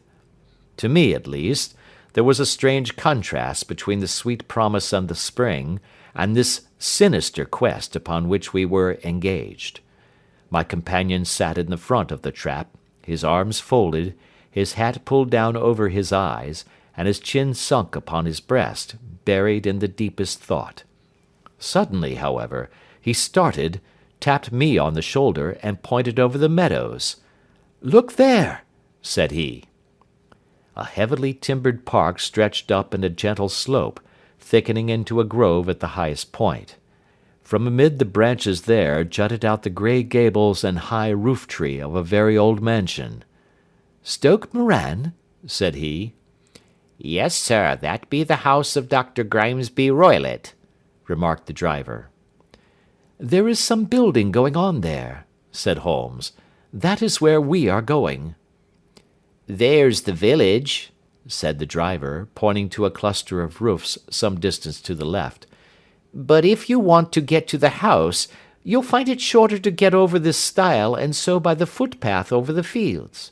There it is, where the lady is walking." "And the lady, I fancy, is Miss Stoner," observed Holmes, shading his eyes. "Yes, I think we had better do as you suggest." We got off, paid our fare, and the trap rattled back on its way to Leatherhead. "I thought it as well," said Holmes as we climbed the stile, "that this fellow should think we had come here as architects, or on some definite business. It may stop his gossip. Good afternoon, Miss Stoner. You see that we have been as good as our word." Our client of the morning had hurried forward to meet us with a face which spoke her joy. "I have been waiting so eagerly for you," she cried, shaking hands with us warmly. "All has turned out splendidly. Dr. Roylott has gone to town, and it is unlikely that he will be back before evening." "We have had the pleasure of making the doctor's acquaintance," said Holmes, and in a few words he sketched out what had occurred. Miss Stoner turned white to the lips as she listened. "Good heavens!" she cried. "He has followed me, then?" "So it appears." "He is so cunning that I never know when I am safe from him. What will he say when he returns?" "He must guard himself, for he may find that there is someone more cunning than himself upon his track. You must lock yourself up from him tonight. If he is violent, we shall take you away to your aunt's at Harrow. Now, we must make the best use of our time, so kindly take us at once to the rooms which we are to examine." The building was of grey, lichen-blotched stone, with a high central portion and two curving wings, like the claws of a crab, thrown out on each side. In one of these wings the windows were broken and blocked with wooden boards, while the roof was partly caved in, a picture of ruin. The central portion was in little better repair, but the right-hand block was comparatively modern, and the blinds in the windows, with the blue smoke curling up from the chimneys, showed that this was where the family resided. Some scaffolding had been erected against the end wall, and the stonework had been broken into, but there were no signs of any workmen at the moment of our visit. Holmes walked slowly up and down the ill-trimmed lawn, and examined with deep attention the outsides of the windows. "This, I take it, belongs to the room in which you used to sleep, the centre one to your sister's, and the one next to the main building to Dr. Roylott's chamber?" "Exactly so, but I am now sleeping in the middle one." "Pending the alterations, as I understand. By the way, there does not seem to be any very pressing need for repairs at that end wall." "There were none. I believe that it was an excuse to move me from my room." "Ah, that is suggestive. Now, on the other side of this narrow wing runs the corridor from which these three rooms open. There are windows in it, of course." "Yes, but very small ones, too narrow for anyone to pass through." "As you both locked your doors at night, your rooms were unapproachable from that side. Now, would you have the kindness to go into your room and bar your shutters?" Miss Stoner did so, and Holmes, after a careful examination through the open window, endeavoured in every way to force the shutter open, but without success. There was no slit through which a knife could be passed to raise the bar. Then with his lens he tested the hinges, but they were of solid iron, built firmly into the massive masonry. Said he, scratching his chin in some perplexity. "My theory certainly presents some difficulties. No one could pass these shutters if they were bolted. Well, we shall see if the inside throws any light upon the matter." A small side door led into the whitewashed corridor from which the three bedrooms opened. Holmes refused to examine the third chamber, so he passed at once to the second, that in which Miss Stoner was now sleeping, and in which her sister had met with her fate. It was a homely little room, with a low ceiling and a gaping fireplace, after the fashion of old country houses. A brown chest of drawers stood in one corner, a narrow white counterpaned bed in another, and a dressing table on the left-hand side of the window. These articles, with two small wicker-work chairs, made up all the furniture in the room save for a square of Wilton carpet in the centre. The boards round and the panelling of the walls were of brown, worm-eaten oak, so old and discoloured that it may have dated from the original building of the house. Holmes drew one of the chairs into a corner and sat silent, while his eyes travelled round and up and down, taking in every detail of the apartment. "Where does that bell communicate with?" he asked at last, pointing to a thick bell-rope which hung down beside the bed, the tassel actually lying upon the pillow. "It goes to the housekeeper's room." "It looks newer than the other things?" "Yes, it was only put there a couple of years ago." "Your sister asked for it, I suppose?" "No, I never heard of her using it. We used always to get what we wanted for ourselves." "Indeed? It seemed unnecessary to put so nice a bell-pull there. You will excuse me for a few minutes while I satisfy myself as to this floor." He threw himself down upon his face with his lens in his hand, and crawled swiftly backward and forward, examining minutely the cracks between the boards. Then he did the same with the woodwork with which the chamber was panelled. Finally he walked over to the bed, and spent some time in staring at it, and in running his eye up and down the wall. Finally he took the bell-rope in his hand and gave it a brisk tug. "Why, it's a dummy," said he. "Won't it ring?" "No, it is not even attached to a wire. This is very interesting. You can see now that it is fastened to a hook, just above where the little opening for the ventilator is." "How very absurd! I never noticed that before." "Very strange," muttered Holmes, pulling at the rope. "There are one or two very singular points about this room. For example, what a fool a builder must be to open a ventilator into another room, when with the same trouble he might have communicated with the outside air." "That is also quite modern," said the lady. "Done about the same time as the bell-rope," remarked Holmes.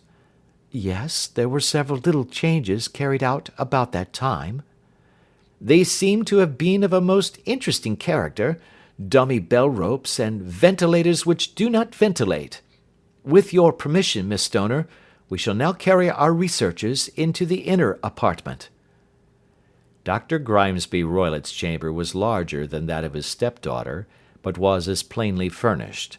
A camp bed, a small wooden shelf full of books, mostly of a technical character, an armchair beside the bed, a plain wooden chair against the wall, a round table, and a large iron safe were the principal things which met the eye.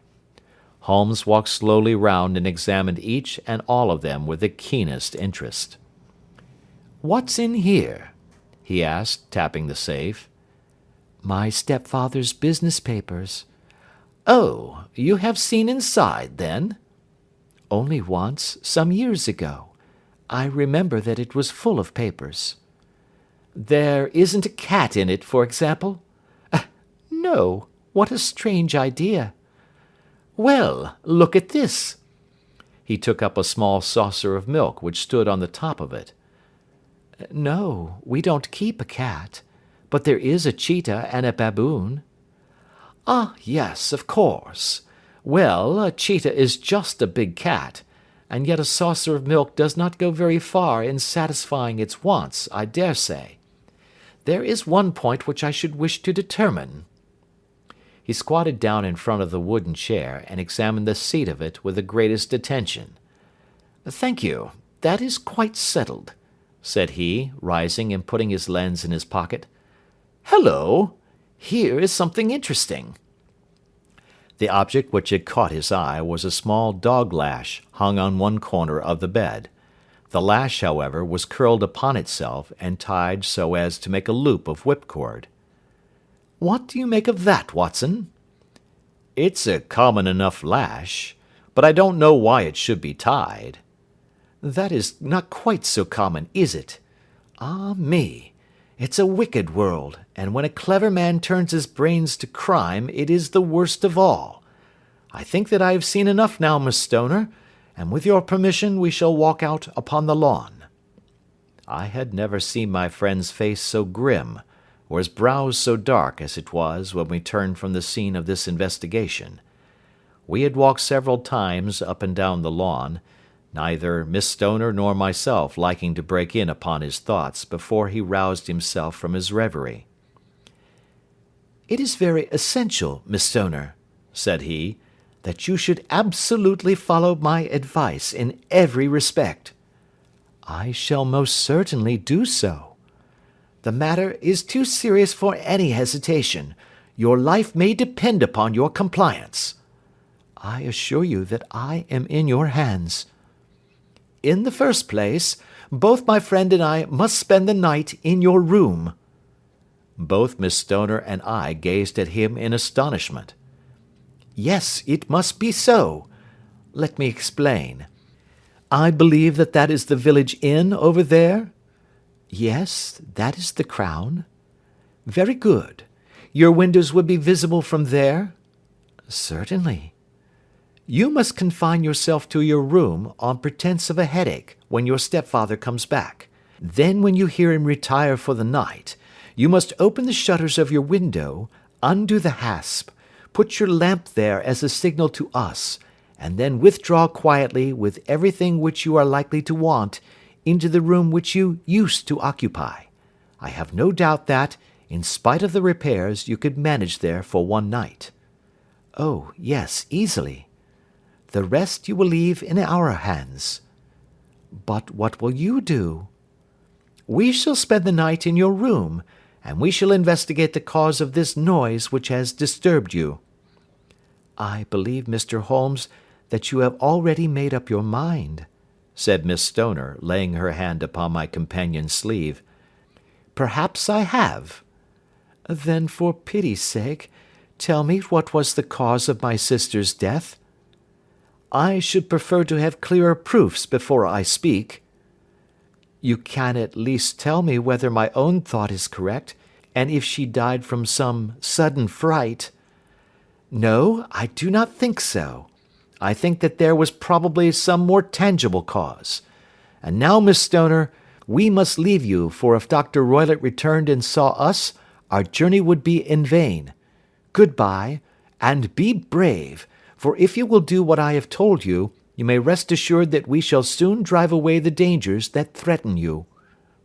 Sherlock Holmes and I had no difficulty in engaging a bedroom and sitting-room at the Crown Inn. They were on the upper floor, and from our window we could command a view of the avenue gate, and of the inhabited wing of Stoke Moran Manor House. At dusk we saw Dr. Grimesby Roylott drive past, his huge form looming up beside the little figure of the lad who drove him. The boy had some slight difficulty in undoing the heavy iron gates, and we heard the hoarse roar of the doctor's voice, and saw the fury with which he shook his clenched fists at him. The trap drove on, and a few minutes later we saw a sudden light spring up among the trees as the lamp was lit in one of the sitting-rooms.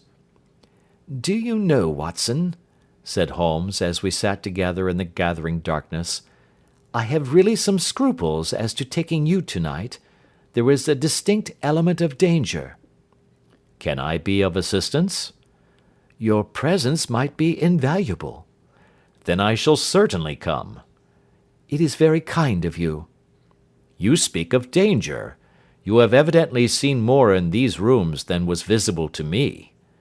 "No, but I fancy that I may have deduced a little more. I imagine that you saw all that I did." "I saw nothing remarkable save the bell rope, and what purpose that could answer I confess is more than I can imagine." "You saw the ventilator too?" "Yes, but I do not think that it is such a very unusual thing to have a small opening between two rooms. It was so small that a rat could hardly pass through." "I knew that we should find a ventilator before ever we came to Stoke Moran. My dear Holmes! Oh, yes, I did. You remember in her statement she said that her sister could smell Dr. Roylett's cigar. Now, of course that suggested at once that there must be a communication between the two rooms. It could only be a small one, or it would have been remarked upon at the coroner's inquiry. I deduced a ventilator. But what harm can there be in that? Well, there is at least a curious coincidence of dates. A ventilator is made, a cord is hung, and a lady who sleeps in the bed dies. Does that not strike you? I cannot as yet see any connection. Did you observe anything very peculiar about that bed? No. It was clamped to the floor. Did you ever see a bed fastened like that before? I cannot say that I have. The lady could not move her bed. It must always be in the same relative position to the ventilator and to the rope. Or so we may call it, since it was clearly never meant for a bell pull. Holmes, I cried, I seem to see dimly what you are hinting at. We are only just in time to prevent some subtle and horrible crime. Subtle enough and horrible enough. When a doctor does go wrong, he is the first of criminals. He has nerve and he has knowledge.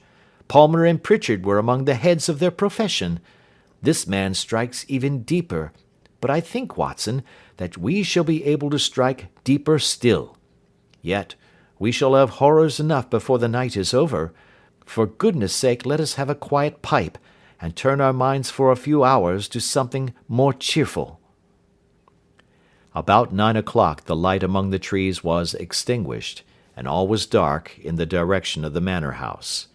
2 hours passed slowly away, and then suddenly, just at the stroke of 11, a single bright light shone out right in front of us. "That is our signal," said Holmes, springing to his feet. "It comes from the middle window." As we passed out he exchanged a few words with the landlord, explaining that we were going on a late visit to an acquaintance, and that it was possible that we might spend the night there. A moment later we were out on the dark road, a chill wind blowing in our faces, and one yellow light twinkling in front of us through the gloom, to guide us on our sombre errand. There was little difficulty in entering the grounds, for unrepaired breaches gaped in the old park wall. Making our way among the trees, we reached the lawn, crossed it, and were about to enter through the window when out from a clump of laurel bushes there darted what seemed to be a hideous and distorted child, who threw itself upon the grass with writhing limbs, and then ran swiftly across the lawn into the darkness. "My God!" I whispered.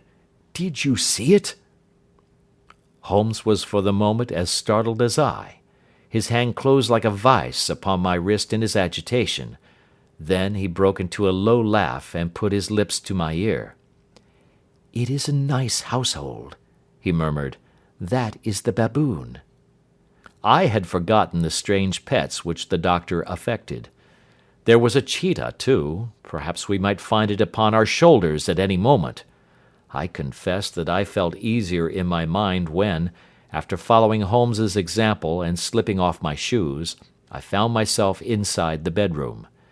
My companion noiselessly closed the shutters, moved the lamp onto the table, and cast his eyes round the room. All was as we had seen it in the daytime. Then, creeping up to me and making a trumpet of his hand, he whispered into my ear again so gently that it was all that I could do to distinguish the words. "The least sound would be fatal to our plans." I nodded to show that I had heard. "We must sit without light. He would see it through the ventilator." I nodded again. "Do not go asleep. Your very life may depend upon it. Have your pistol ready in case we should need it. I will sit on the side of the bed, and you in that chair." I took out my revolver and laid it on the corner of the table.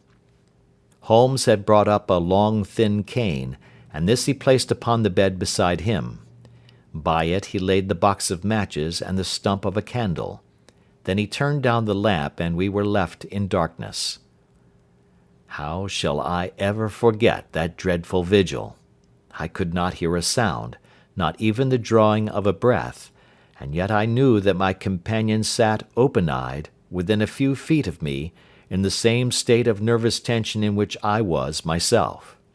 The shutters cut off the least ray of light, and we waited in absolute darkness. From outside came the occasional cry of a night bird, and once at our very window a long-drawn cat-like whine, which told us that the cheetah was indeed at liberty. Far away we could hear the deep tones of the parish clock, which boomed out every quarter of an hour.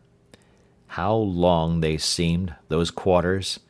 12 struck, and 1, and 2, and 3, and still we sat waiting silently for whatever might befall.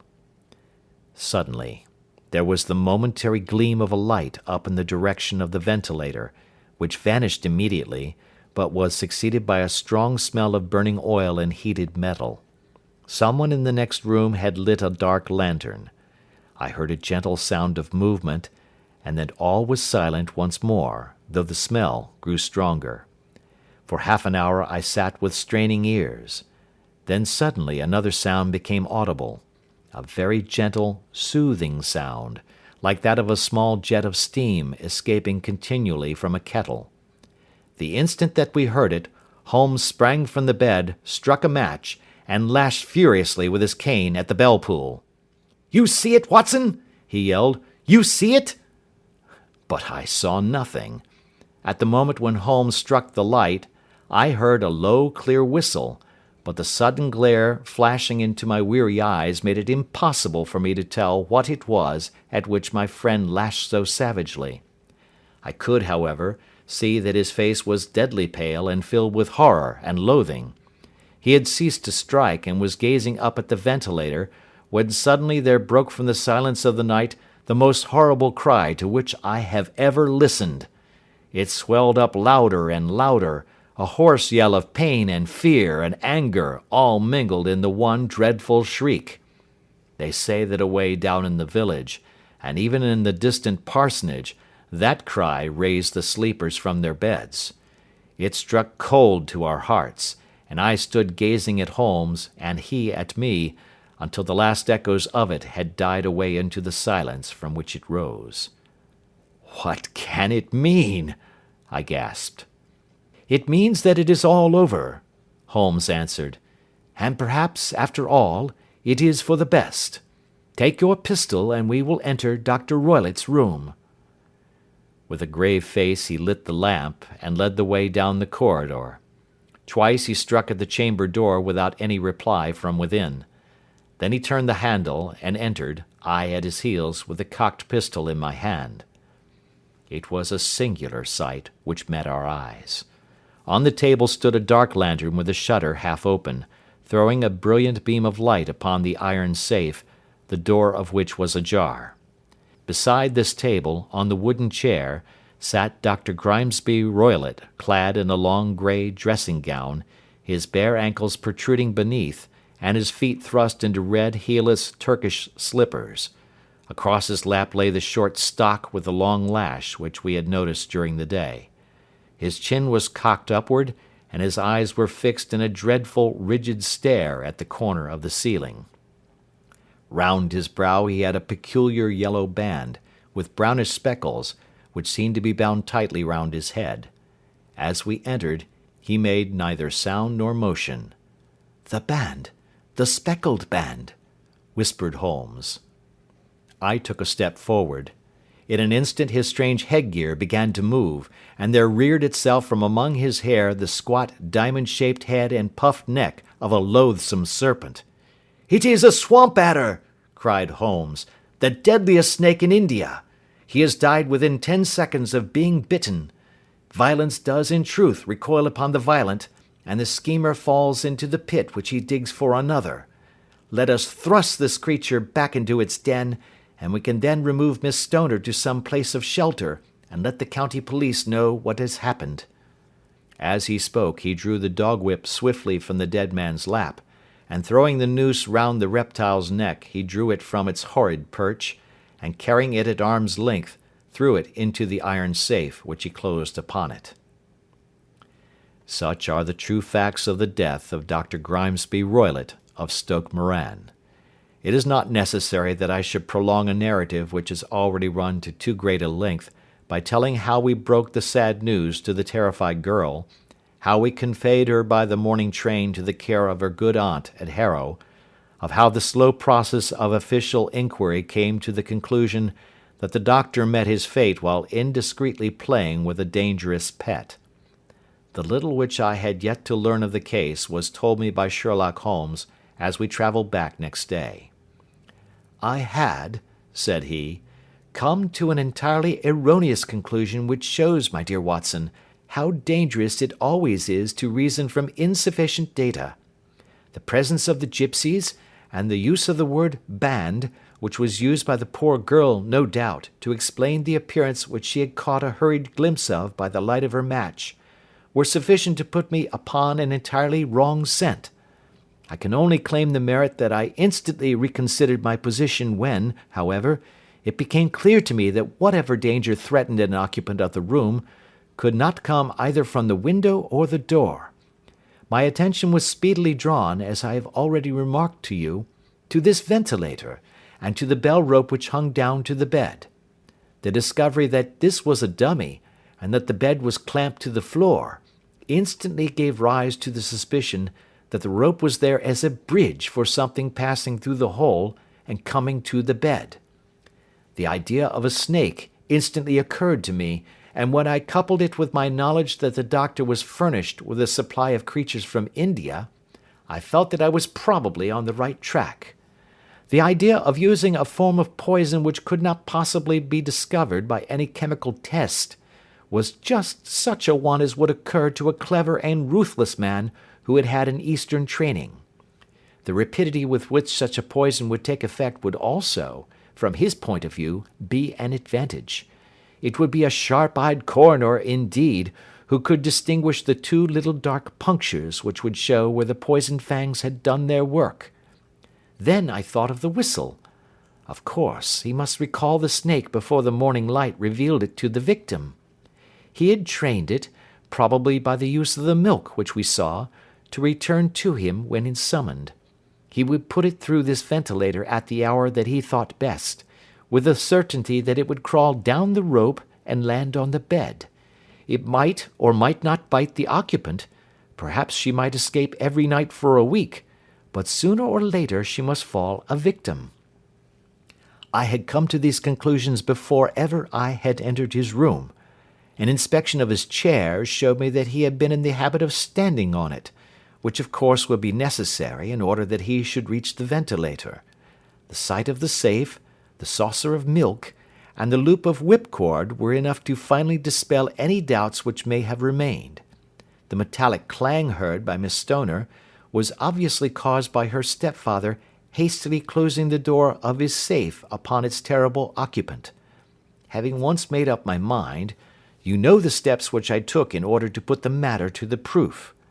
I heard the creature hiss, as I have no doubt that you did also, and I instantly lit the light and attacked it. With the result of driving it through the ventilator. And also with the result of causing it to turn upon its master at the other side. Some of the blows of my cane came home and roused its snakish temper, so that it flew upon the first person it saw.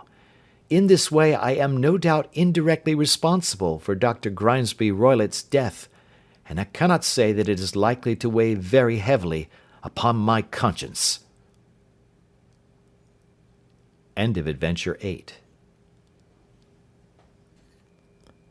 The Adventures of Sherlock Holmes by Sir Arthur Conan Doyle. Adventure 9. The Adventure of the Engineer's Thumb. Of all the problems which have been submitted to my friend, Mr. Sherlock Holmes, for solution during the years of our intimacy, there were only two which I was the means of introducing to his notice, that of Mr. Hatherley's thumb, and that of Colonel Warburton's madness. Of these the latter may have afforded a finer field for an acute and original observer, but the other was so strange in its inception, and so dramatic in its details, that it may be the more worthy of being placed upon record, even if it gave my friend fewer openings for those deductive methods of reasoning by which he achieved such remarkable results. The story has, I believe, been told more than once in the newspapers, but, like all such narratives, its effect is much less striking when set forth en bloc in a single half-column of print than when the facts slowly evolve before your own eyes, and the mystery clears gradually away as each new discovery furnishes a step which leads on to the complete truth. At the time the circumstances made a deep impression upon me, and the lapse of 2 years has hardly served to weaken the effect. It was in the summer of '89, not long after my marriage, that the events occurred which I am now about to summarize. I had returned to civil practice and had finally abandoned Holmes in his Baker Street rooms, although I continually visited him, and occasionally even persuaded him to forego his bohemian habits so far as to come and visit us. My practice had steadily increased, and as I happened to live at no very great distance from Paddington Station, I got a few patients from among the officials. One of these, whom I had cured of a painful and lingering disease, was never weary of advertising my virtues, and of endeavouring to send me on every sufferer over whom he might have any influence. One morning, at a little before 7 o'clock, I was awakened by the maid tapping at the door to announce that 2 men had come from Paddington and were waiting in the consulting room. I dressed hurriedly, for I knew by experience that railway cases were seldom trivial, and hastened downstairs. As I descended, my old ally, the guard, came out of the room and closed the door tightly behind him. "I've got him here," he whispered, jerking his thumb over his shoulder. "He's all right." "What is it, then?" I asked, for his manner suggested that it was some strange creature which he had caged up in my room. "It's a new patient," he whispered. "I thought I'd bring him round myself. Then he couldn't slip away. There he is, all safe and sound. I must go now, doctor. I have my duties just the same as you." And off he went, this trusty toot, without even giving me time to thank him. I entered my consulting room and found a gentleman seated by the table. He was quietly dressed in a suit of heather tweed, with a soft cloth cap which he had laid down upon my books. Round one of his hands he had a handkerchief wrapped, which was mottled all over with blood stains. He was young, not more than 25, I should say, with a strong masculine face, but he was exceedingly pale, and gave me the impression of a man who was suffering from some strong agitation, which it took all his strength of mind to control. "I am sorry to knock you up so early, doctor," said he, "but I have had a very serious accident during the night. I came in by train this morning, and on inquiring at Paddington as to where I might find a doctor, a worthy fellow very kindly escorted me here. I gave the maid a card, but I see that she has left it upon the side table." I took it up and glanced at it. Mr. Victor Hatherley, Hydraulic Engineer, 16A, Victoria Street, 3rd floor. That was the name, style, and abode of my morning visitor. "I regret that I have kept you waiting," said I, sitting down in my library chair. "You are fresh from a night journey, I understand, which is in itself a monotonous occupation." "Oh, my night could not be called monotonous," said he, and laughed. He laughed very heartily, with a high, ringing note, leaning back in his chair and shaking his sides. All my medical instincts rose up against that laugh. "Stop it!" I cried. "Pull yourself together!" And I poured out some water from a carafe. It was useless, however. He was off in one of those hysterical outbursts which come upon a strong nature when some great crisis is over and gone. Presently he came to himself once more, very weary and pale-looking. "I have been making a fool of myself," he gasped. "Not at all. Drink this." I dashed some brandy into the water, and the colour began to come back to his bloodless cheeks. "That's better," said he. And now, doctor, perhaps you would kindly attend to my thumb, or rather to the place where my thumb used to be?" He unwound the handkerchief and held out his hand. It gave even my hardened nerves a shudder to look at it. There were 4 protruding fingers and a horrid red, spongy surface where the thumb should have been. It had been hacked or torn right out from the roots. "Good heavens!" I cried. "This is a terrible injury. It must have bled considerably." "Yes, it did. I fainted when it was done, and I think that I must have been senseless for a long time. When I came to, I found that it was still bleeding, so I tied one end of my handkerchief very tightly round the wrist and braced it up with a twig." "Excellent. You should have been a surgeon." "It is a question of hydraulics, you see, and came within my own province." "This has been done," said I, examining the wound, "by a very heavy and sharp instrument." "A thing like a cleaver," said he. "An accident, I presume?" "By no means." "What? A murderous attack?" "Very murderous indeed." "You horrify me." I sponged the wound, cleaned it, dressed it, and finally covered it over with cotton wadding and carbolized bandages. He lay back without wincing, though he bit his lip from time to time. "How is that?" I asked when I had finished. "Capital. Between your brandy and your bandage, I feel a new man.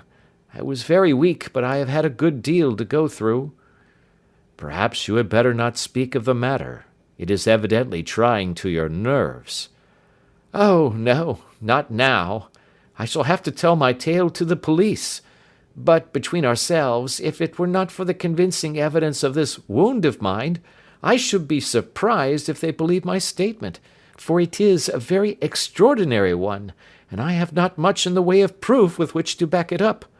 And even if they believe me, the clues which I can give them are so vague that it is a question whether justice will be done." "Ha!" cried I. "If it is anything in the nature of a problem which you desire to see solved, I should strongly recommend you to come to my friend, Mr. Sherlock Holmes, before you go to the official police." "Oh, I have heard of that fellow," answered my visitor, "and I should be very glad if he would take the matter up, though of course I must use the official police as well. Would you give me an introduction to him?"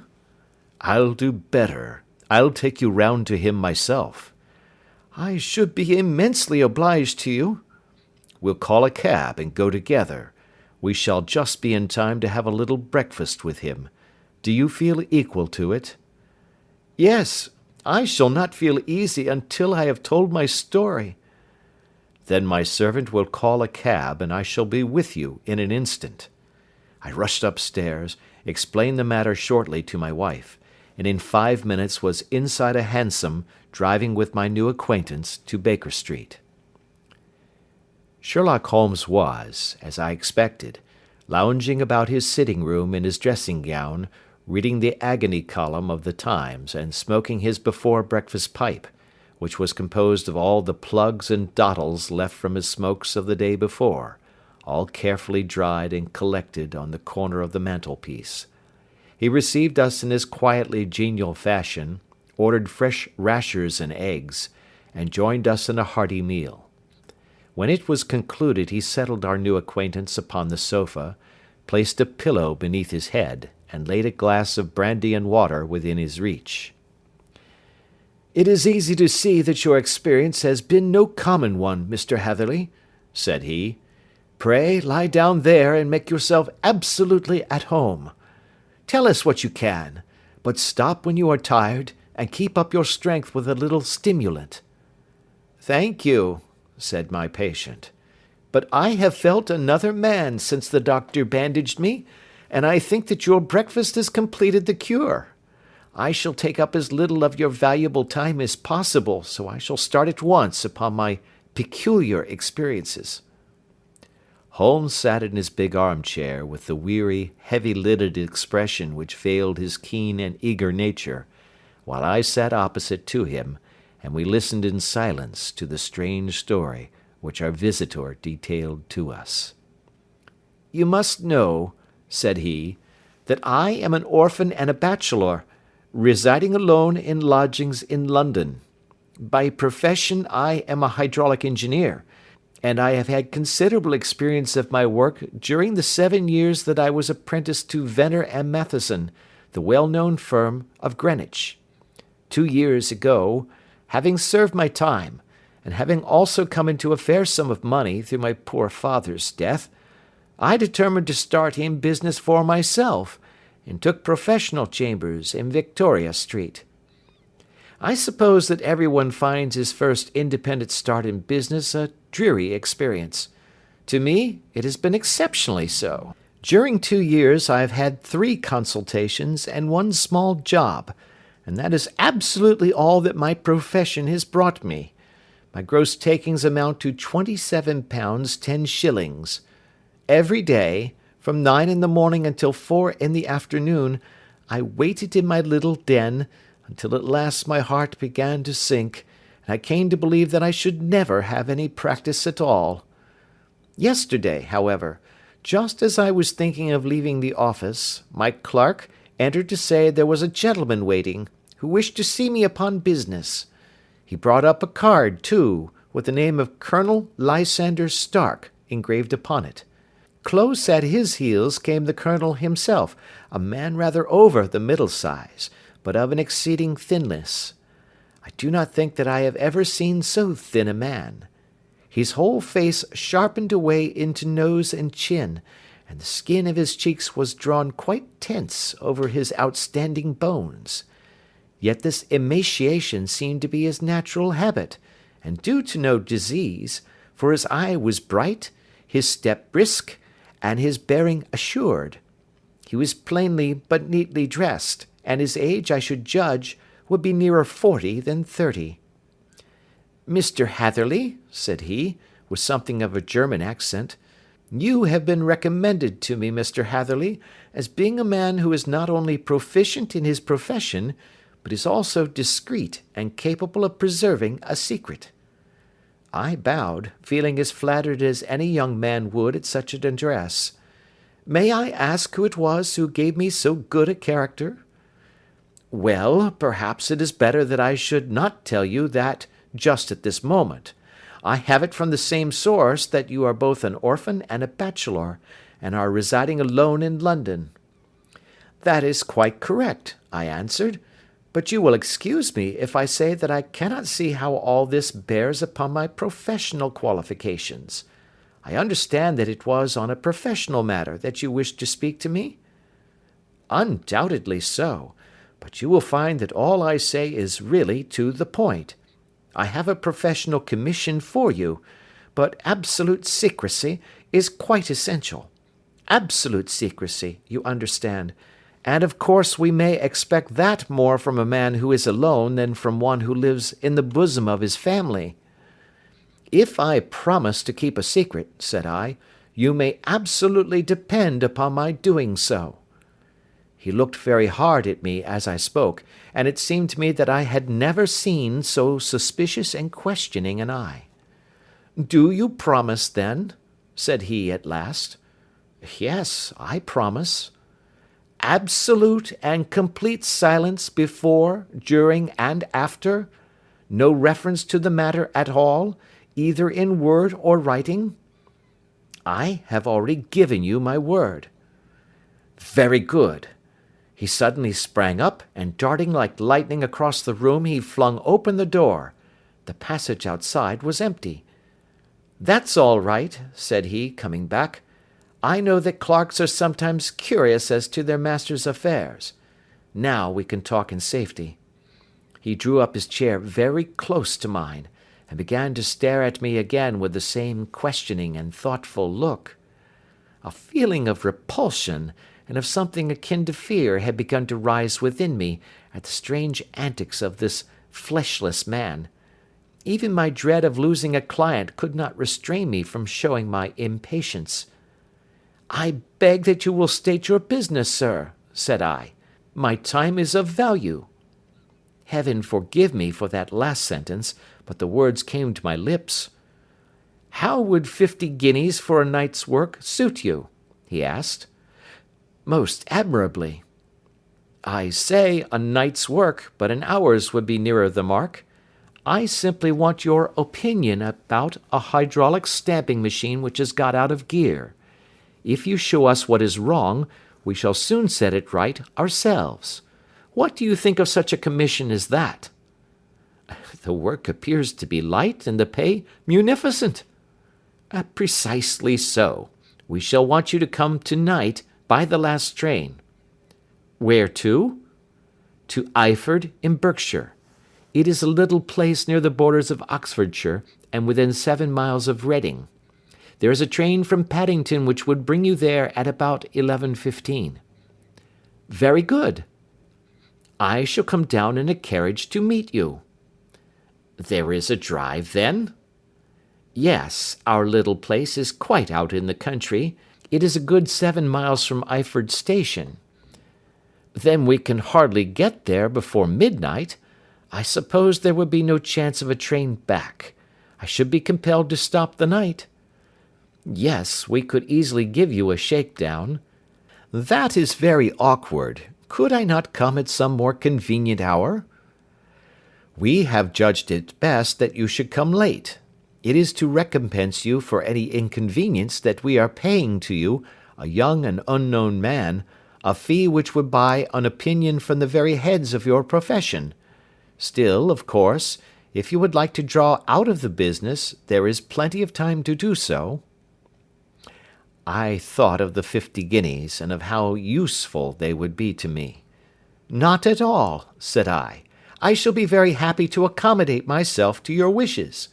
I should like, however, to understand a little more clearly what it is that you wish me to do." "Quite so. It is very natural that the pledge of secrecy which we have exacted from you should have aroused your curiosity. I have no wish to commit you to anything without your having it all laid before you. I suppose that we are absolutely safe from eavesdroppers?" "Entirely." "Then the matter stands thus. You are probably aware that Fuller's earth is a valuable product, and that it is only found in 1 or 2 places in England?" "I have heard so." "Some little time ago I bought a small place, a very small place, within 10 miles of Reading. I was fortunate enough to discover that there was a deposit of Fuller's earth in one of my fields. On examining it, however, I found that this deposit was a comparatively small one, and that it formed a link between 2 very much larger ones upon the right and left, both of them, however, in the grounds of my neighbours. These good people were absolutely ignorant that their land contained that which was quite as valuable as a gold mine. Naturally, it was to my interest to buy their land before they discovered its true value, but unfortunately I had no capital by which I could do this. I took a few of my friends into the secret, however, and they suggested that we should quietly and secretly work our own little deposit, and that in this way we should earn the money which would enable us to buy the neighbouring fields. This we have now been doing for some time, and in order to help us in our operations, we erected a hydraulic press. This press, as I have already explained, has got out of order, and we wish your advice upon the subject. We guard our secret very jealously, however, and if it once became known that we had hydraulic engineers coming to our little house, it would soon rouse inquiry, and then, if the facts came out, it would be good-bye to any chance of getting these fields and carrying out our plans. That is why I have made you promise me that you will not tell a human being that you are going to Eyford tonight.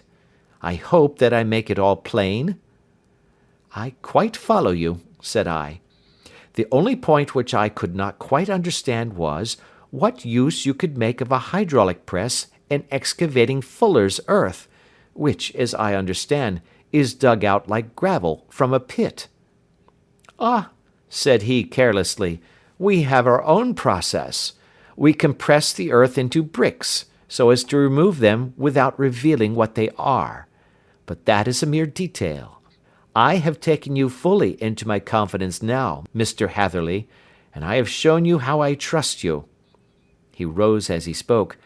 "I shall expect you then at Eyford at 11:15.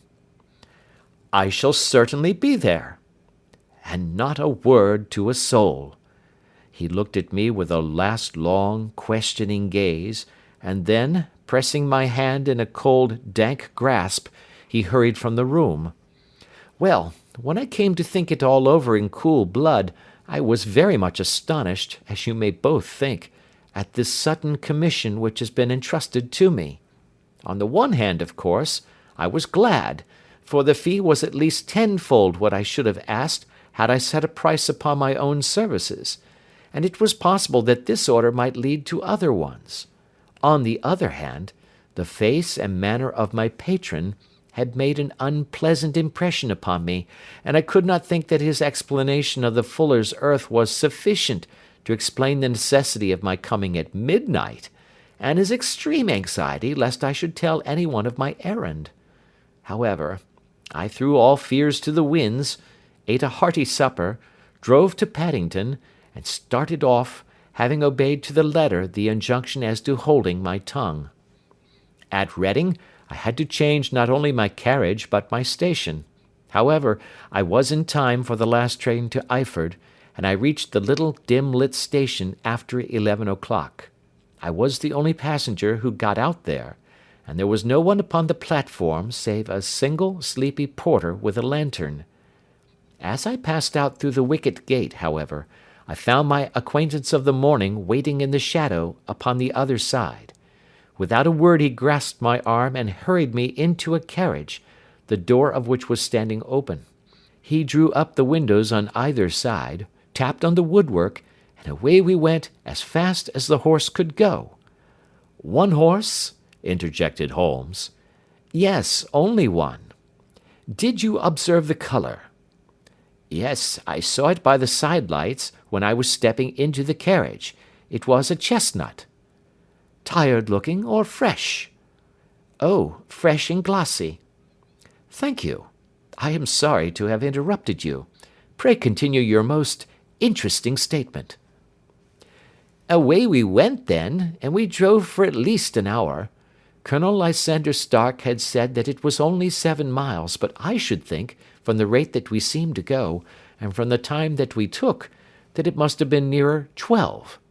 He sat at my side in silence all the time, and I was aware, more than once when I glanced in his direction, that he was looking at me with great intensity. The country road seemed to be not very good in that part of the world, for we lurched and jolted terribly.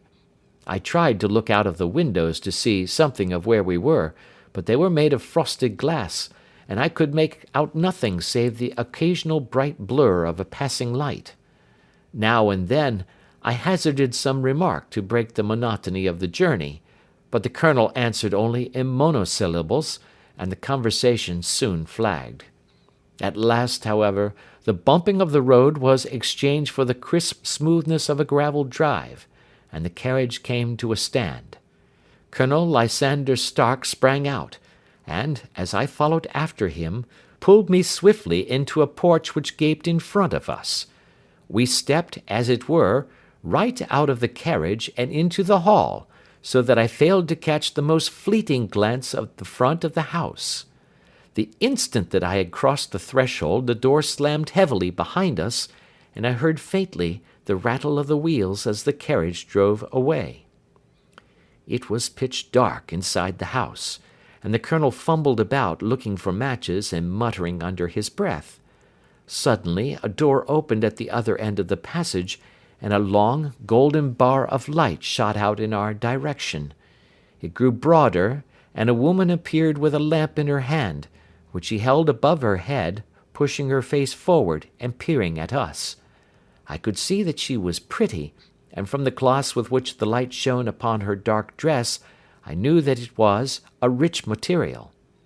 She spoke a few words in a foreign tongue, in a tone as though asking a question, and when my companion answered in a gruff monosyllable, she gave such a start that the lamp nearly fell from her hand. Colonel Stark went up to her, whispered something in her ear, and then, pushing her back into the room from whence she had come, he walked towards me again with the lamp in his hand. "Perhaps you will have the kindness to wait in this room for a few minutes," said he, throwing open another door. It was a quiet, little, plainly furnished room, with a round table in the centre, on which several German books were scattered. Colonel Stark laid down the lamp on the top of a harmonium beside the door. "I shall not keep you waiting an instant," said he, and vanished into the darkness. I glanced at the books upon the table, and in spite of my ignorance of German I could see that 2 of them were treatises on science, the others being volumes of poetry. Then I walked across to the window, hoping that I might catch some glimpse of the countryside, but an oak shutter, heavily barred, was folded across it. It was a wonderfully silent house. There was an old clock ticking loudly somewhere in the passage, but otherwise everything was deadly still. A vague feeling of uneasiness began to steal over me. Who were these German people, and what were they doing living in this strange, out-of-the-way place? And where was the place? I was 10 miles or so from Eyford, that was all I knew, but whether north, south, east, or west, I had no idea. For that matter, Reading, and possibly other large towns, were within that radius, so the place might not be so secluded after all. Yet it was quite certain, from the absolute stillness, that we were in the country. I paced up and down the room, humming a tune under my breath to keep up my spirits, and feeling that I was thoroughly earning my 50-guinea fee. Suddenly, without any preliminary sound in the midst of the utter stillness, the door of my room swung slowly open. The woman was standing in the aperture, the darkness of the hall behind her, the yellow light from my lamp beating upon her eager and beautiful face. I could see at a glance that she was sick with fear, and the sight sent a chill to my own heart. She held up one shaking finger to warn me to be silent, and she shot a few whispered words of broken English at me, her eyes glancing back, like those of a frightened horse, into the gloom behind her. "I would go," said she, trying hard, as it seemed to me, to speak calmly. "I would go. I should not stay here. There is no good for you to do." "But, madam," said I have not yet done what I came for. I cannot possibly leave until I have seen the machine." "It is not worth your while to wait," she went on. "You can pass through the door, no one hinders." And then, seeing that I smiled and shook my head, she suddenly threw aside her constraint and made a step forward, with her hands wrung together. "For the love of heaven," she whispered, "get away from here before it is too late." But I am somewhat headstrong by nature, and the more ready to engage in an affair when there is some obstacle in the way. I thought of my 50-guinea fee, of my wearisome journey, and of the unpleasant night which seemed to be before me. Was it all to go for nothing? Why should I slink away without having carried out my commission, and without the payment which was my due? This woman might, for all I knew, be a monomaniac. With a stout bearing, therefore, though her manner had shaken me more than I cared to confess, I still shook my head, and declared my intention of remaining where I was. She was about to renew her entreaties, when a door slammed overhead, and the sound of several footsteps was heard upon the stairs. She listened for an instant, threw up her hands with a despairing gesture, and vanished as suddenly and as noiselessly as she had come. The newcomers were Colonel Lysander Stark, and a short, thick man with a chinchilla beard growing out of the creases of his double chin, who was introduced to me as Mr. Ferguson. "This is my secretary and manager," said the colonel. "By the way, I was under the impression that I left this door shut just now. I fear that you have felt the draught." "On the contrary," said I opened the door myself because I felt the room to be a little close." He shot one of his suspicious looks at me. "Perhaps we had better proceed to business, then," said he. "Mr. Ferguson and I will take you up to see the machine." "I had better put my hat on, I suppose." "Oh, no, it is in the house." "What? You dig fuller's earth in the house?" "No, no, this is only where we compress it. But never mind that. All we wish you to do is to examine the machine, and to let us know what is wrong with it." We went upstairs together, the Colonel first with the lamp, the fat manager and I behind him.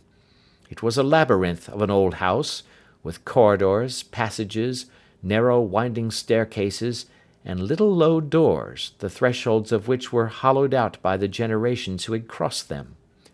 There were no carpets, and no signs of any furniture above the ground floor, while the plaster was peeling off the walls, and the damp was breaking through in green, unhealthy blotches.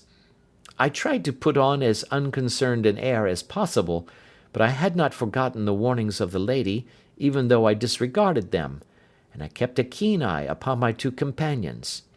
Ferguson appeared to be a morose and silent man, but I could see from the little that he said that he was at least a fellow countryman. Colonel Lysander Stark stopped at last before a low door, which he unlocked. Within was a small square room, in which the three of us could hardly get at one time. Ferguson remained outside, and the Colonel ushered me in. "We are now," said he, "actually within the hydraulic press, and it would be a particularly unpleasant thing for us if anyone were to turn it on.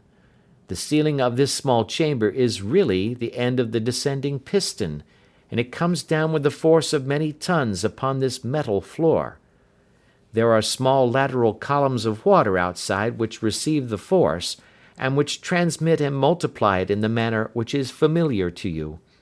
The machine goes readily enough, but there is some stiffness in the working of it, and it has lost a little of its force. Perhaps you will have the goodness to look it over, and to show us how we can set it right." I took the lamp from him, and I examined the machine very thoroughly. It was, indeed, a gigantic one, and capable of exercising enormous pressure. When I passed outside, however, and pressed down the levers which controlled it, I knew at once by the whishing sound that there was a slight leakage, which allowed a regurgitation of water through one of the side cylinders.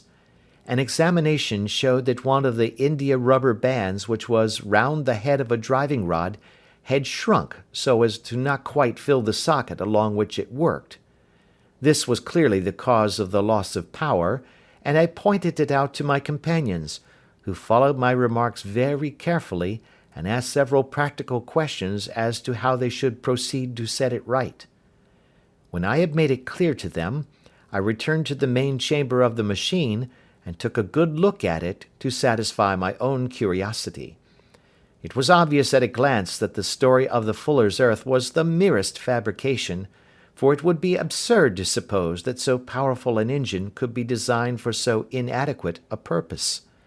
The walls were of wood, but the floor consisted of a large iron trough, and when I came to examine it, I could see a crust of metallic deposit all over it. I had stooped and was scraping at this to see exactly what it was, when I heard a muttered exclamation in German, and saw the cadaverous face of the Colonel looking down at me. "What are you doing there?" he asked. I felt angry at having been tricked by so elaborate a story as that which he had told me. "I was admiring your fuller's earth," said I. "I think that I should be better able to advise you as to your machine, if I knew what the exact purpose was for which it was used." The instant that I uttered the words, I regretted the rashness of my speech. His face set hard, and a baleful light sprang up in his grey eyes. "Very well," said he, "you shall know all about the machine." He took a step backward, slammed the little door, and turned the key in the lock. I rushed towards it and pulled at the handle, but it was quite secure, and did not give in the least to my kicks and shoves. "Hello!" I yelled. "Hullo! Colonel, let me out!" And then suddenly in the silence, I heard a sound which set my heart into my mouth. It was the clank of the levers and the swish of the leaking cylinder. He had set the engine at work. The lamp still stood upon the floor where I had placed it when examining the trough. By its light I saw that the black ceiling was coming down upon me, slowly, jerkily, but, as none knew better than myself, with a force which must within a minute grind me to a shapeless pulp. I threw myself screaming against the door, and dragged with my nails at the lock. I implored the colonel to let me out, but the remorseless clanking of the levers drowned my cries. The ceiling was only a foot or two above my head, and with my hand upraised I could feel its hard, rough surface. Then it flashed through my mind that the pain of my death would depend very much upon the position in which I met it. If I lay on my face, the weight would come upon my spine, and I shuddered to think of that dreadful snap. Easier the other way, perhaps, and yet, had I the nerve to lie and look up at that deadly black shadow wavering down upon me? Already I was unable to stand erect, when my eye caught something which brought a gush of hope back to my heart. I have said that though the floor and ceiling were of iron, the walls were of wood. As I gave a last hurried glance around, I saw a thin line of yellow light between two of the boards, which broadened and broadened as a small panel was pushed backwards. For an instant I could hardly believe that here was indeed a door which led away from death. The next instant I threw myself through, and lay half fainting upon the other side. The panel had closed again behind me, but the crash of the lamp, and a few moments afterwards the clang of the two slabs of metal, told me how narrow had been my escape. I was recalled to myself by a frantic plucking at my wrist, and I found myself lying upon the stone floor of a narrow corridor, while a woman bent over me and tugged at me with her left hand, while she held a candle in her right. It was the same good friend whose warning I had so foolishly rejected. "Come, come," she cried breathlessly. "They will be here in a moment. They will see that you are not there. Oh, do not waste the so precious time, but come." This time, at least, I did not scorn her advice. I staggered to my feet, and ran with her along the corridor and down a winding stair. The latter led to another broad passage, and just as we reached it we heard the sound of running feet and the shouting of two voices, one answering the other from the floor on which we were, and from the one beneath. My guide stopped and looked about her like one who is at her wit's end. Then she threw open a door which led into a bedroom, through the window of which the moon was shining brightly. "It is your only chance," said she. "It is high, but it may be that you can jump it." As she spoke, a light sprang into view at the further end of the passage, and I saw the lean figure of Colonel Lysander Stark rushing forward with a lantern in one hand and a weapon like a butcher's cleaver in the other. I rushed across the bedroom, flung open the window, and looked out. How quiet and sweet and wholesome the garden looked in the moonlight, and it could not be more than 30 feet down.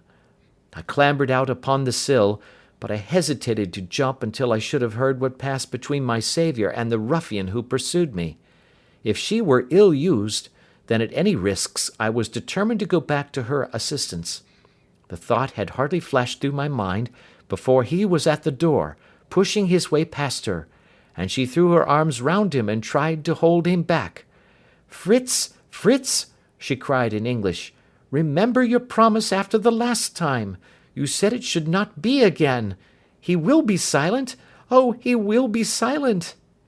"You are mad, Elise," he shouted, struggling to break away from her. "You will be the ruin of us. He has seen too much. Let me pass, I say." He dashed her to one side, and rushing to the window, cut at me with his heavy weapon. I had let myself go, and was hanging by the hands to the sill when his blow fell. I was conscious of a dull pain, my grip loosened, and I fell into the garden below. I was shaken, but not hurt by the fall, so I picked myself up and rushed off among the bushes as hard as I could run, for I understood that I was far from being out of danger yet. Suddenly, however, as I ran, A deadly dizziness and sickness came over me. I glanced down at my hand, which was throbbing painfully, and then for the first time saw that my thumb had been cut off, and that the blood was pouring from my wound. I endeavoured to tie my handkerchief round it, but there came a sudden buzzing in my ears, and next moment I fell in a dead faint among the rose bushes. How long I remained unconscious, I cannot tell. It must have been a very long time, for the moon had sunk, and a bright morning was breaking when I came to myself. My clothes were all sodden with dew, and my coat sleeve was drenched with blood from my wounded thumb. The smarting of it recalled in an instant all the particulars of my night's adventure, and I sprang to my feet with the feeling that I might hardly yet be safe from my pursuers. But to my astonishment, when I came to look round me, neither house nor garden were to be seen. I had been lying in an angle of the hedge close by the high road, and just a little lower down was a long building, which proved, upon my approaching it, to be the very station at which I had arrived upon the previous night. Were it not for the ugly wound upon my hand, all that had passed during those dreadful hours might have been an evil dream. Half dazed, I went into the station and asked about the morning train. There would be one to Reading in less than an hour. The same porter was on duty, I found, as had been there when I arrived. I inquired of him whether he had ever heard of Colonel Lysander Stark. The name was strange to him. Had he observed a carriage the night before waiting for me? No, he had not. Was there a police station anywhere near? There was one about 3 miles off. It was too far for me to go, weak and ill as I was. I determined to wait until I got back to town before telling my story to the police. It was a little past 6 when I arrived, so I went first to have my wound dressed, and then the doctor was kind enough to bring me along here. I put the case into your hands, and shall do exactly what you advise." We both sat in silence for some little time after listening to this extraordinary narrative. Then Sherlock Holmes pulled down from the shelf one of the ponderous commonplace books in which he placed his cuttings. "Here is an advertisement which will interest you," said he. "It appeared in all the papers about a year ago. Listen to this. Lost, on the 9th instant, Mr. Jeremiah Hayling, aged 26, a hydraulic engineer. Left his lodgings at 10 o'clock at night, and has not been heard of since. Was dressed in, etc., etc. Ha! That represents the last time that the Colonel needed to have his machine overhauled, I fancy." "Good heavens!" cried my patient. "Then that explains what the girl said." "Undoubtedly. It is quite clear that the Colonel was a cool and desperate man, who was absolutely determined that nothing should stand in the way of his little game, like those out-and-out pirates who will leave no survivor from a captured ship.